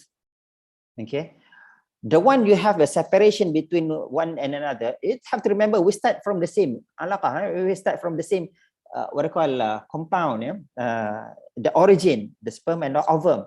And what makes us different between others, between as Muslim to the others that is non-Muslim? Yes, it's true in the Al-Quran says that inna akramakum indallahi atqakum, inna dina indallahi al-Islam. But the Al-Quran never says that if there is non-Muslim, then you have to kick them out. You are better than the non-Muslim.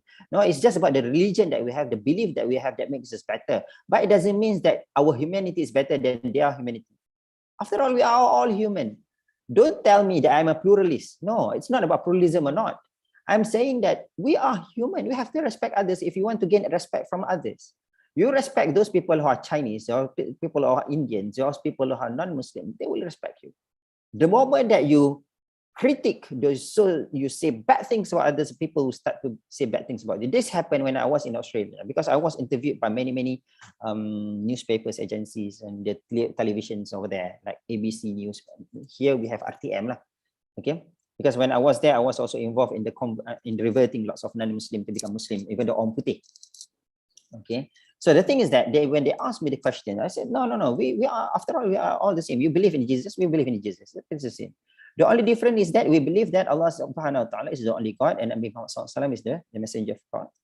Say, for example, today, if you believe that Nabi Muhammad SAW is the messenger of God, then you automatically become a Muslim, because we also believe the same as yours. The only thing that you refuse is that you are not believe that Nabi Muhammad SAW is the messenger. Okay, once you believe that, you are already a Muslim. So, we will put them aside. We put this thing aside. We are not talking about religion. We are talking about humanity. After all, we are all human. Okay, so we respect others, people will respect you. This is the thing, my dear brothers and sisters. So I don't know whether you agree with me or not.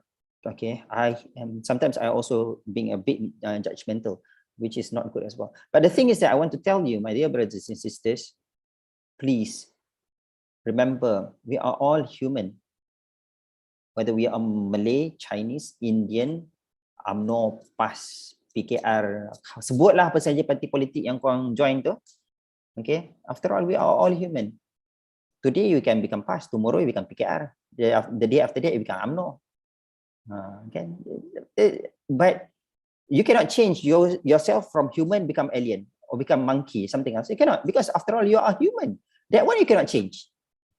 The thing that you can change is your political view and so on and so forth. So don't have to separate yourself by this understanding.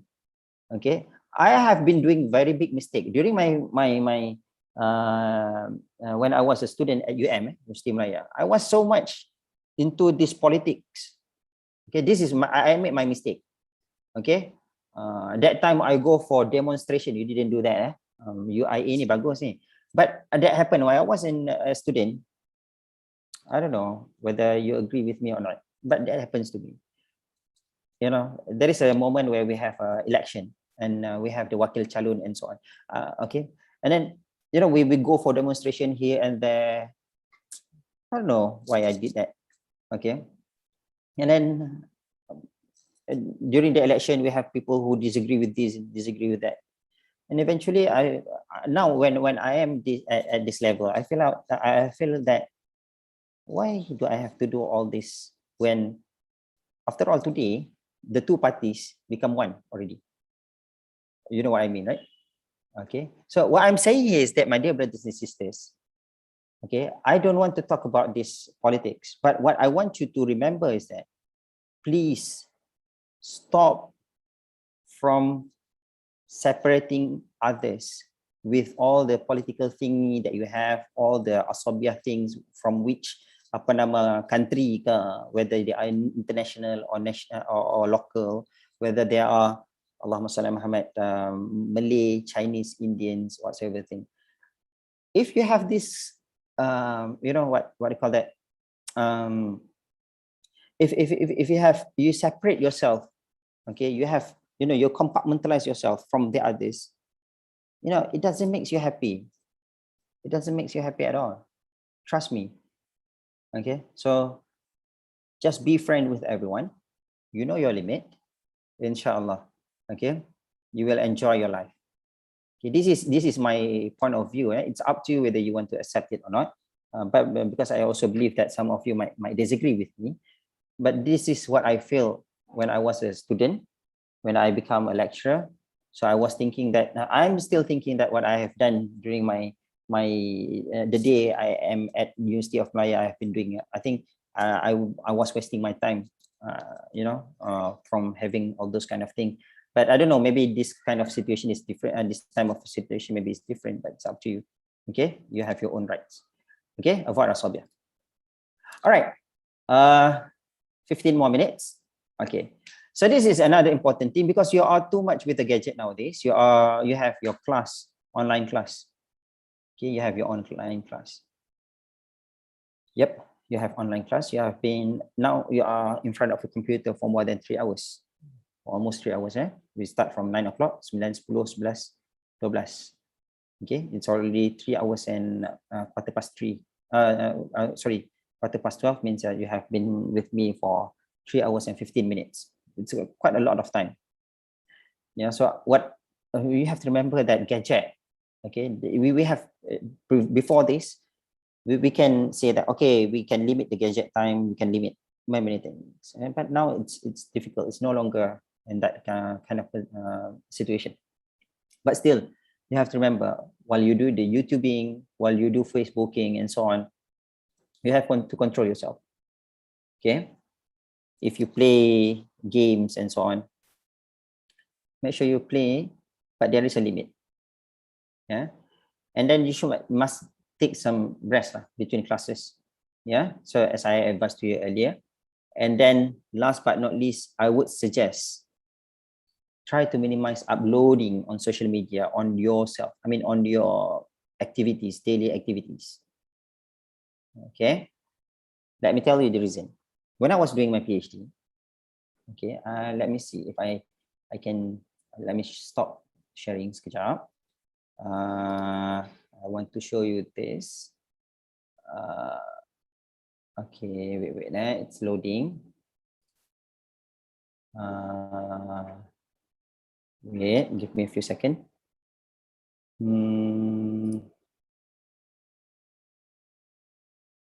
Wait,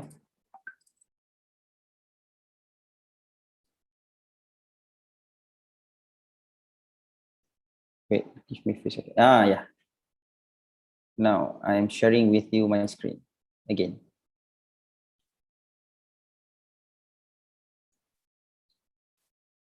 Okay. Look at this. You can see lots of pictures, right? From 2013. Okay. Now can you see my screen? Okay. If I scroll down. Okay. If I post all this in the Facebook. Now I'm stop sharing. While I'm studying PhD at Melbourne University, what is the other people perception? Can you tell me, Harith, what is your perception looking at all these pictures? You're traveling, going to a lot of places. Okay. Can I have from Haziq? What else? Just be honest lah. From I will ask many of you. I would like to have your opinion. Yes, I'm sorry. Can you repeat your question? Okay. When you're looking into the pictures that I'm sharing with you just now. Okay. Let me share you again. Say if I upload all these pictures in the Facebook. Okay. Let me share with you. Just look at this. Okay. Okay, I upload all these pictures on the Facebook. Okay, you can see all these pictures, right? So plenty of pictures of me going to lots of places. Okay, I even go to Sydney and many places lah. Right. So I upload all this in the Facebook. Okay, what will be your impression? What will you think as a Malaysian, as your friend in Malaysia, or other people's looking at your lecturers, or others? I just want to know, what is your opinion? I mean, personally, if you ask me, I would be happy for the person because clearly it seems like they're enjoying their time there. Excellent. Okay, how about Shuhada?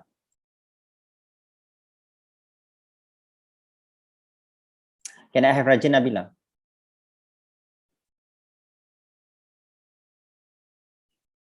Okay, so let me tell you, many of us, like Haziq, we are happy to see people enjoy their life, wherever they are. But trust me, there are some people have something wrong with their heart. They feel jealous. Do you agree with me, Haziq? Yes, sir. How about Atira? Do you agree with me? Can I have? Yes. Okay. So we cannot avoid people who are jealous with us. We cannot say no to other people. So, oh, you are not jealous. You cannot jealous with me because I have the opportunity. No. So what I'm saying is that, my dear brothers and sisters, okay, if you want to be happy, you can upload the picture. Okay, you can upload the picture. But the thing is that you have to also get ready with people that will cause problems to you by asking, hey, you are studying or you are traveling? Hey, you received the scholarship, so now you are wasting the money of the citizen, of the taxpayer. We want you to come to the university, to UIA, to learn, not to go and travel here and there. And people start to print screen your answer, and then they say, this is the attitude of IIUM student. Okay, you got what I mean? Okay, what I want to share with you, my dear brothers and sisters, it is good for you. Sometimes yes, it's true. You can upload in the social media, but not too much. What I'm saying not too much is that every single thing that we publish, people can print screen. People can screenshot. Imagine if I write something that is negative. I'm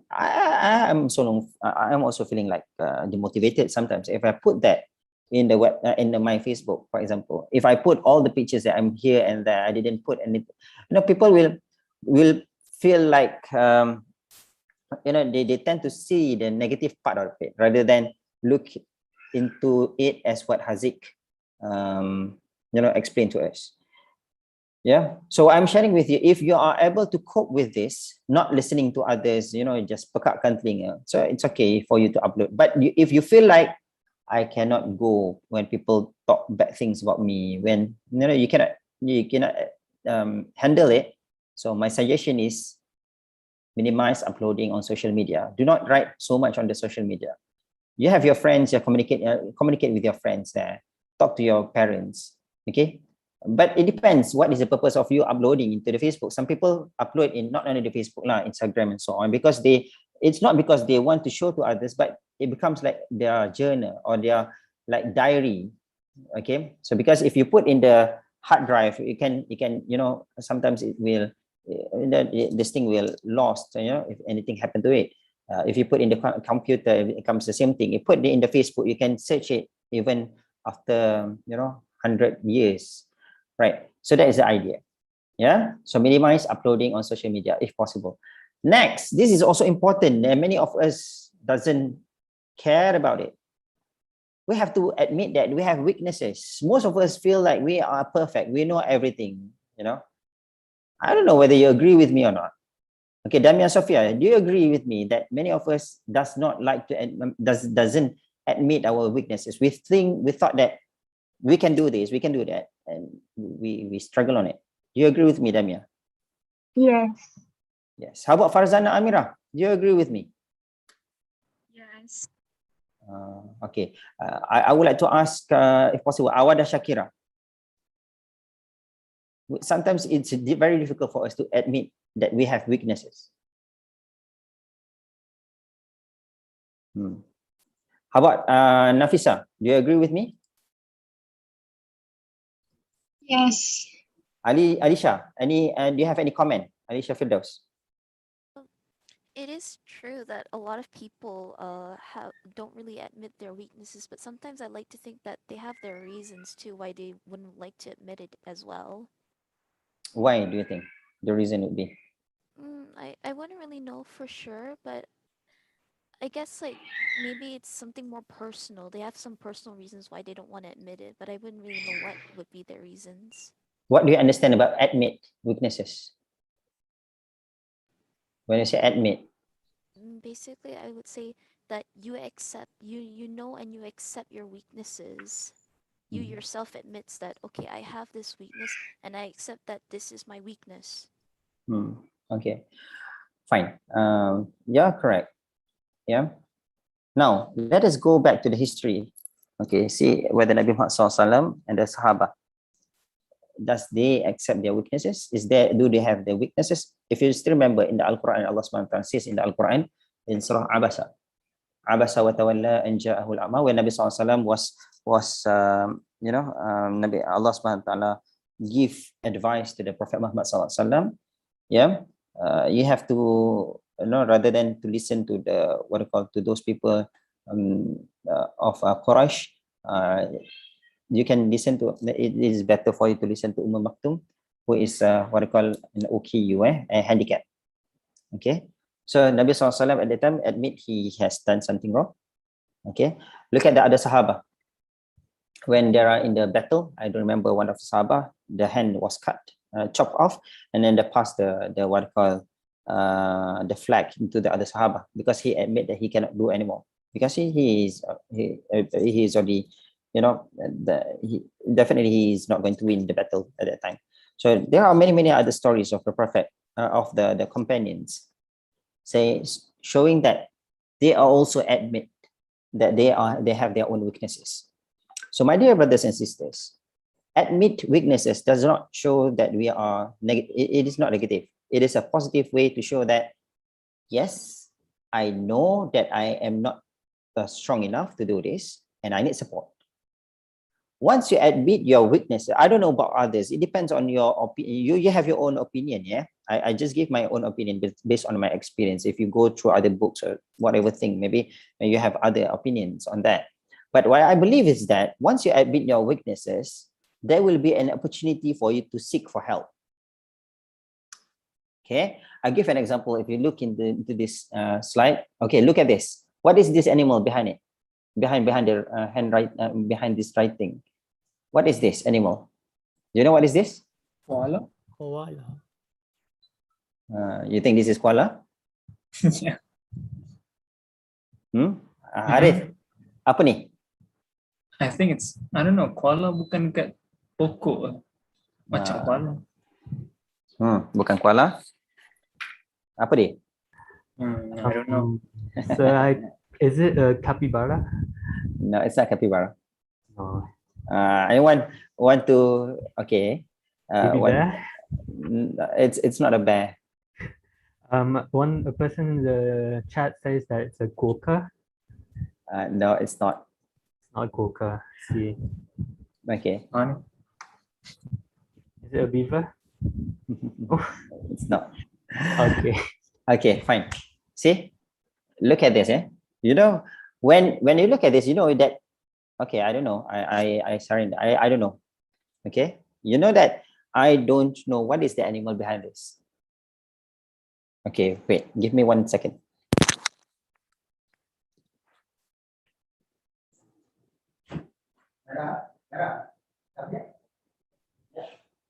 Yogurt. Wombats. You know what is that animal?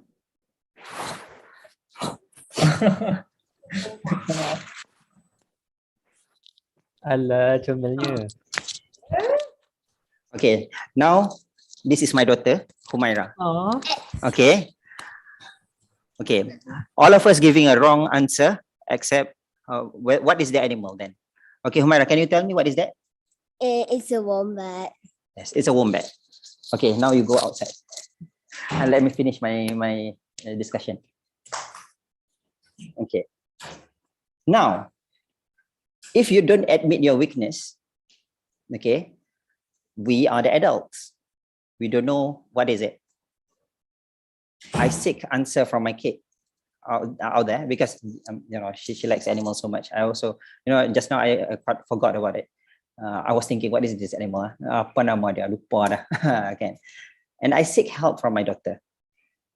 She's Humaira now. She's already 10 years old. Okay. I seek help from her because I admit my weaknesses. Is there any problem to admit that I am weak? I don't remember. No, it's not. It doesn't. Okay, when you look at me, when I seek help from my kid out there, my daughter, Haziq says, she's so cute.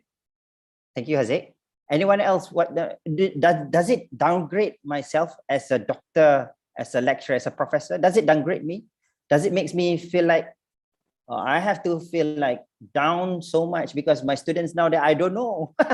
No. That also. We're all human. No. It's like even though you're a professor, you're first and foremost a human being.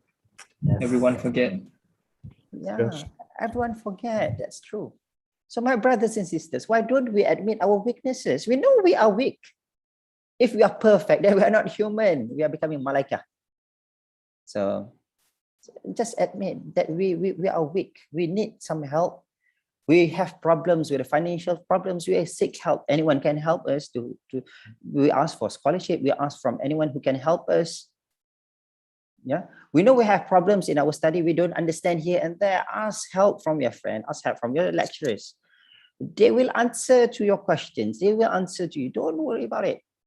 As long as we admit that we are weak. Yeah. Next. Last but not least, this is there are a few more slides, I think, but I am going to finish it here because I promised to finish by 12:30. But yeah, it's 12:30. So the idea is that, my dear brothers and sisters, ultimately, I didn't put this as a first slide because I know that we are from IIUM. Yeah, most of us will say that, okay, Dr. Hafiz will say, oh, if I want to become positive, you have to do this, do that, according to the Al-Quran and so on and so forth. You have to recite Al-Quran. That is normal. That is what always Ustaz do. I'm not an Ustaz. Okay, but the thing is that I put this at the end because I want you to remember, whatever we do, whatever action we take from the activity that we have today, by admitting I am weak because I don't remember the name of the wombat, right?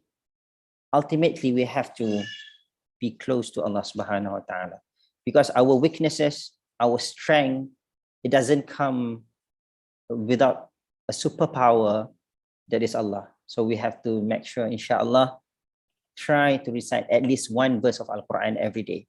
At least Alhamdulillah Rabbil Alamin. I know you are reciting every time in and during your prayer, but at least try to read one ayat is also enough. Because whenever we recite one ayat, Nabi Sallallahu Alaihi Wasallam in one of the hadith says, Alif lam mim is not it's not one word. Alif is one word. What do you call? 3 words. Okay, alif is satu huruf. One alif one huruf. Lam is one huruf, and mim is one huruf. And the total rewards Allah will give from the recitation of alif lam mim, okay, it will be 30 huruf. Okay, alphabets. Yeah. And then, if possible, try to understand the meaning of the Al-Quran. That is the reason why I give all the list of the Al-Quran, the chapters and everything that I gave to you, so that inshallah, hopefully by you are looking into this, maybe you can print it out, put on your what call in your room or whatever places you prefer, so that you can keep on, remembering that, okay, if I have problems, the best way is to do charity, inshallah. And then to understand all the hadiths related to it, okay, and practicing sunnah. I don't mean that you have to wear what they call this sarban, jubah. I know it's not that. Practicing sunnah means you make people happy, you help others. That is practicing sunnah. That is what sunnah, what is Nabi SAW do. It's not just wearing jubah, tudung, besar-besar, labu-labu, semua tak pakai itu ini. No, it's not that. Okay, that is okay. But the most important thing is to show a good manners, good attitudes. Yeah, and then sembahyang sunat. This is I'm referring to Salat Duha. Okay, Salat Duha, when you do Salat Duha, Allah Subhanahu wa Ta'ala will give you extra. And finally, we seek forgiveness from Allah Subhanahu wa Ta'ala at all time. So with that, my dear brothers and sisters, I would like to end my presentation. My kids out there is already crying, so I have to take care of I have 4 kids, and then today is Saturday. I am so sorry if there's some distraction during my presentation. But give me 1 minute.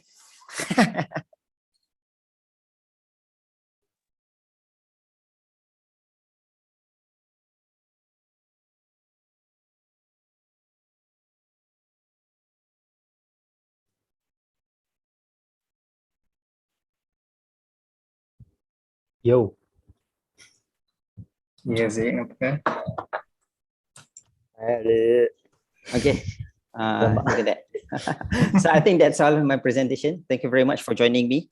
I'm so sorry I cannot open for Q&A. So if you want my phone number, you can just jot down. It's 013 013 260 1445 013 260 1445. If you have any questions you want to ask me, just text me, inshallah. I will try to respond the soon as possible. And before I end, I would like to thanks to Madam Asniza for inviting me for I don't know how many times already. Thank you, Dr. Hafiz. Okay, kita tak boleh nak cari orang yang lebih positif untuk bercakap topik ni, because you always offer more than what we want. Okay, you always give more, more with less. Yes. Thank you so much. Okay, thank you. So thanks to Nahjan for being for introducing me, being the moderator for today. So with that, I pass back to Nahjan. Thank you. All right, thank you, Prof. Hafiz, for the nice sharing. I believe we already feel the high enthusiasm after hearing your talk. Since you say you don't have the time to open the Q&A session, is all right. But so brothers and sisters, we have already completed all the slots of today's program, which I really hope all of us would get benefit from the sharing and can set us on the right track as our first semester in CFS IIUM just began. Right now, stay back first, relax. The link for the evaluation form as your exit ticket shall be released now, especially in our WhatsApp group. Do complete and submit the form first, and after that, only you may leave this meeting. This is important for your star points. Okay, that is all from me. Sorry if there were any shortcomings caused by me. Assalamualaikum warahmatullahi wabarakatuh. Stay safe. Goodbye. Thank you, sir. Thank you so much, sir. Thank you, Thank you, sir. Prof.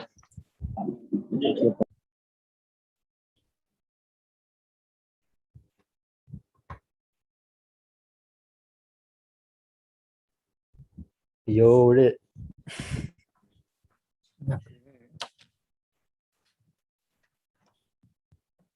Dah beda. Itulah tu. Press kita ni Kenapa? Stress kita kan. Ada.